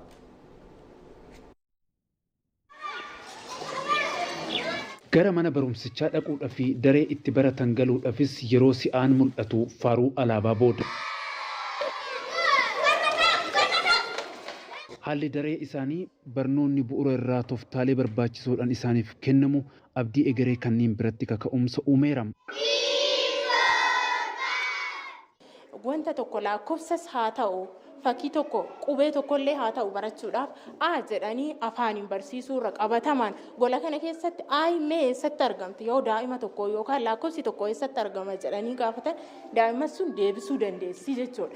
Meeshaan barnootaa kun meeshaan deeggarsa barnootaa kan gola keessa jiru kun humna barsiisaallee ni qusataa jechuudha. Gaala kana yeroo alatti argan kuni gaala yantee barsiistuun barsiistee jirtidha. Magaalaa keessa soo jiraatan maqaa isaa bananiidha waan ta'eef fakkiidhaan asirratti arganii jira waan ta'eef alatti yeroo kuni qabatamaadha. Akka tokko immoo fakkii san kaasee yoon ijoolletti argisiise kun ijoolleedhaaf qabatamaa. Ijoolleen haala salphaa ta'een hubachuu danda'u. Jechoota asirratti maxxanse kan immoo kanneen ijoolleen ija isaaniitiin argan waan ta'eef qabatama ta'aa fi barumsa isaanii asirratti. Naannoo Oromiyaatti rakkoo qulqullina barnootaa qormaata ta'e bu'uura irraa furuudhaaf manneen barnoota bu'uura boruu babal'achaa dhufan keessatti tooftaan barnoonni ittiin kennamu fooyya'aa jiraachuudhaa fi kunis jijjiirama hundeerraa eegale akka ta'e himan hoogganaan biiroo barnoota Oromiyaa Dr. Tolaa Bariisoom. Kanaaf biiroon barnoota Oromiyaa akka ministeera barnootaattis ejjennoo jabaa fidee imaammata barnootaa keessatti barnoonni sadarkaa tokkoffaan dura yookiin bu'uura boruu dirqamaan mootummaan dhiyeessuu qaba kan jedhu imaammata keessa galee jechaadha. Sana booda imaammata san dafnee kan hojiitti keessaa nuyi jechaadha. Yaada kanas kan kaase nuyi waan turreef. Amma Oromiyaa keessatti mana barumsa bu'uura boruu 17,400 oltu jira jechaadha. Jalqabbii waggoottan sadiin duraa kanas yeroodhaa gara yerootti cimsaa deemuudhaan manneen barnoota fakkeenyummaa qaban keessatti mul'ata barattootaa xiyyeeffannoo keessa galchuudhaan qulqullina barnootaa dhugoomsuudhaaf hojiitti akka jiramus eeran Dr. Tolaan. Inni kun waan al tokko taa'ee dhaabbatee hafuu miti. Amma bara duraa yoo jalqabnu barsiisumatu chookiin barsiisaa barattoonni waan irratti shaakalan hin qaban. Waggaa lammaffaa irratti kitaaba maxxansinee kan itti shaakalan ijoolleef kenninee jirra.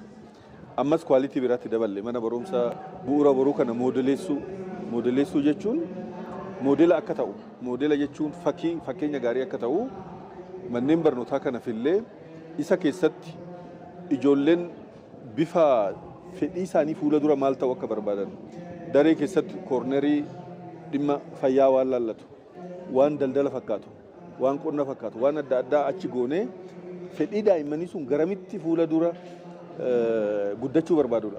Hooggansa yookiin namoota dubbatan namoota miidiyaa ta'uu danda'u namoota waltajjiirratti baanii dubbatan ta'uu danda'u ijoolleen akka wal morman waan akkasii immoo itti dabalaa deemna jechaadha. Sirna baruu fi barsiisuu bu'uura irraa sirreessaa dhaloota bu'uura qabsiisuu dhugoomsuudhaan sadarkaa barnoota olaanoottis bu'aa barbaadamu fiduun guddina biyyattii cimsuudhaa fi mirkaneessuudhaaf bu'uura hin raafamne akka ta'etu ibsamaam.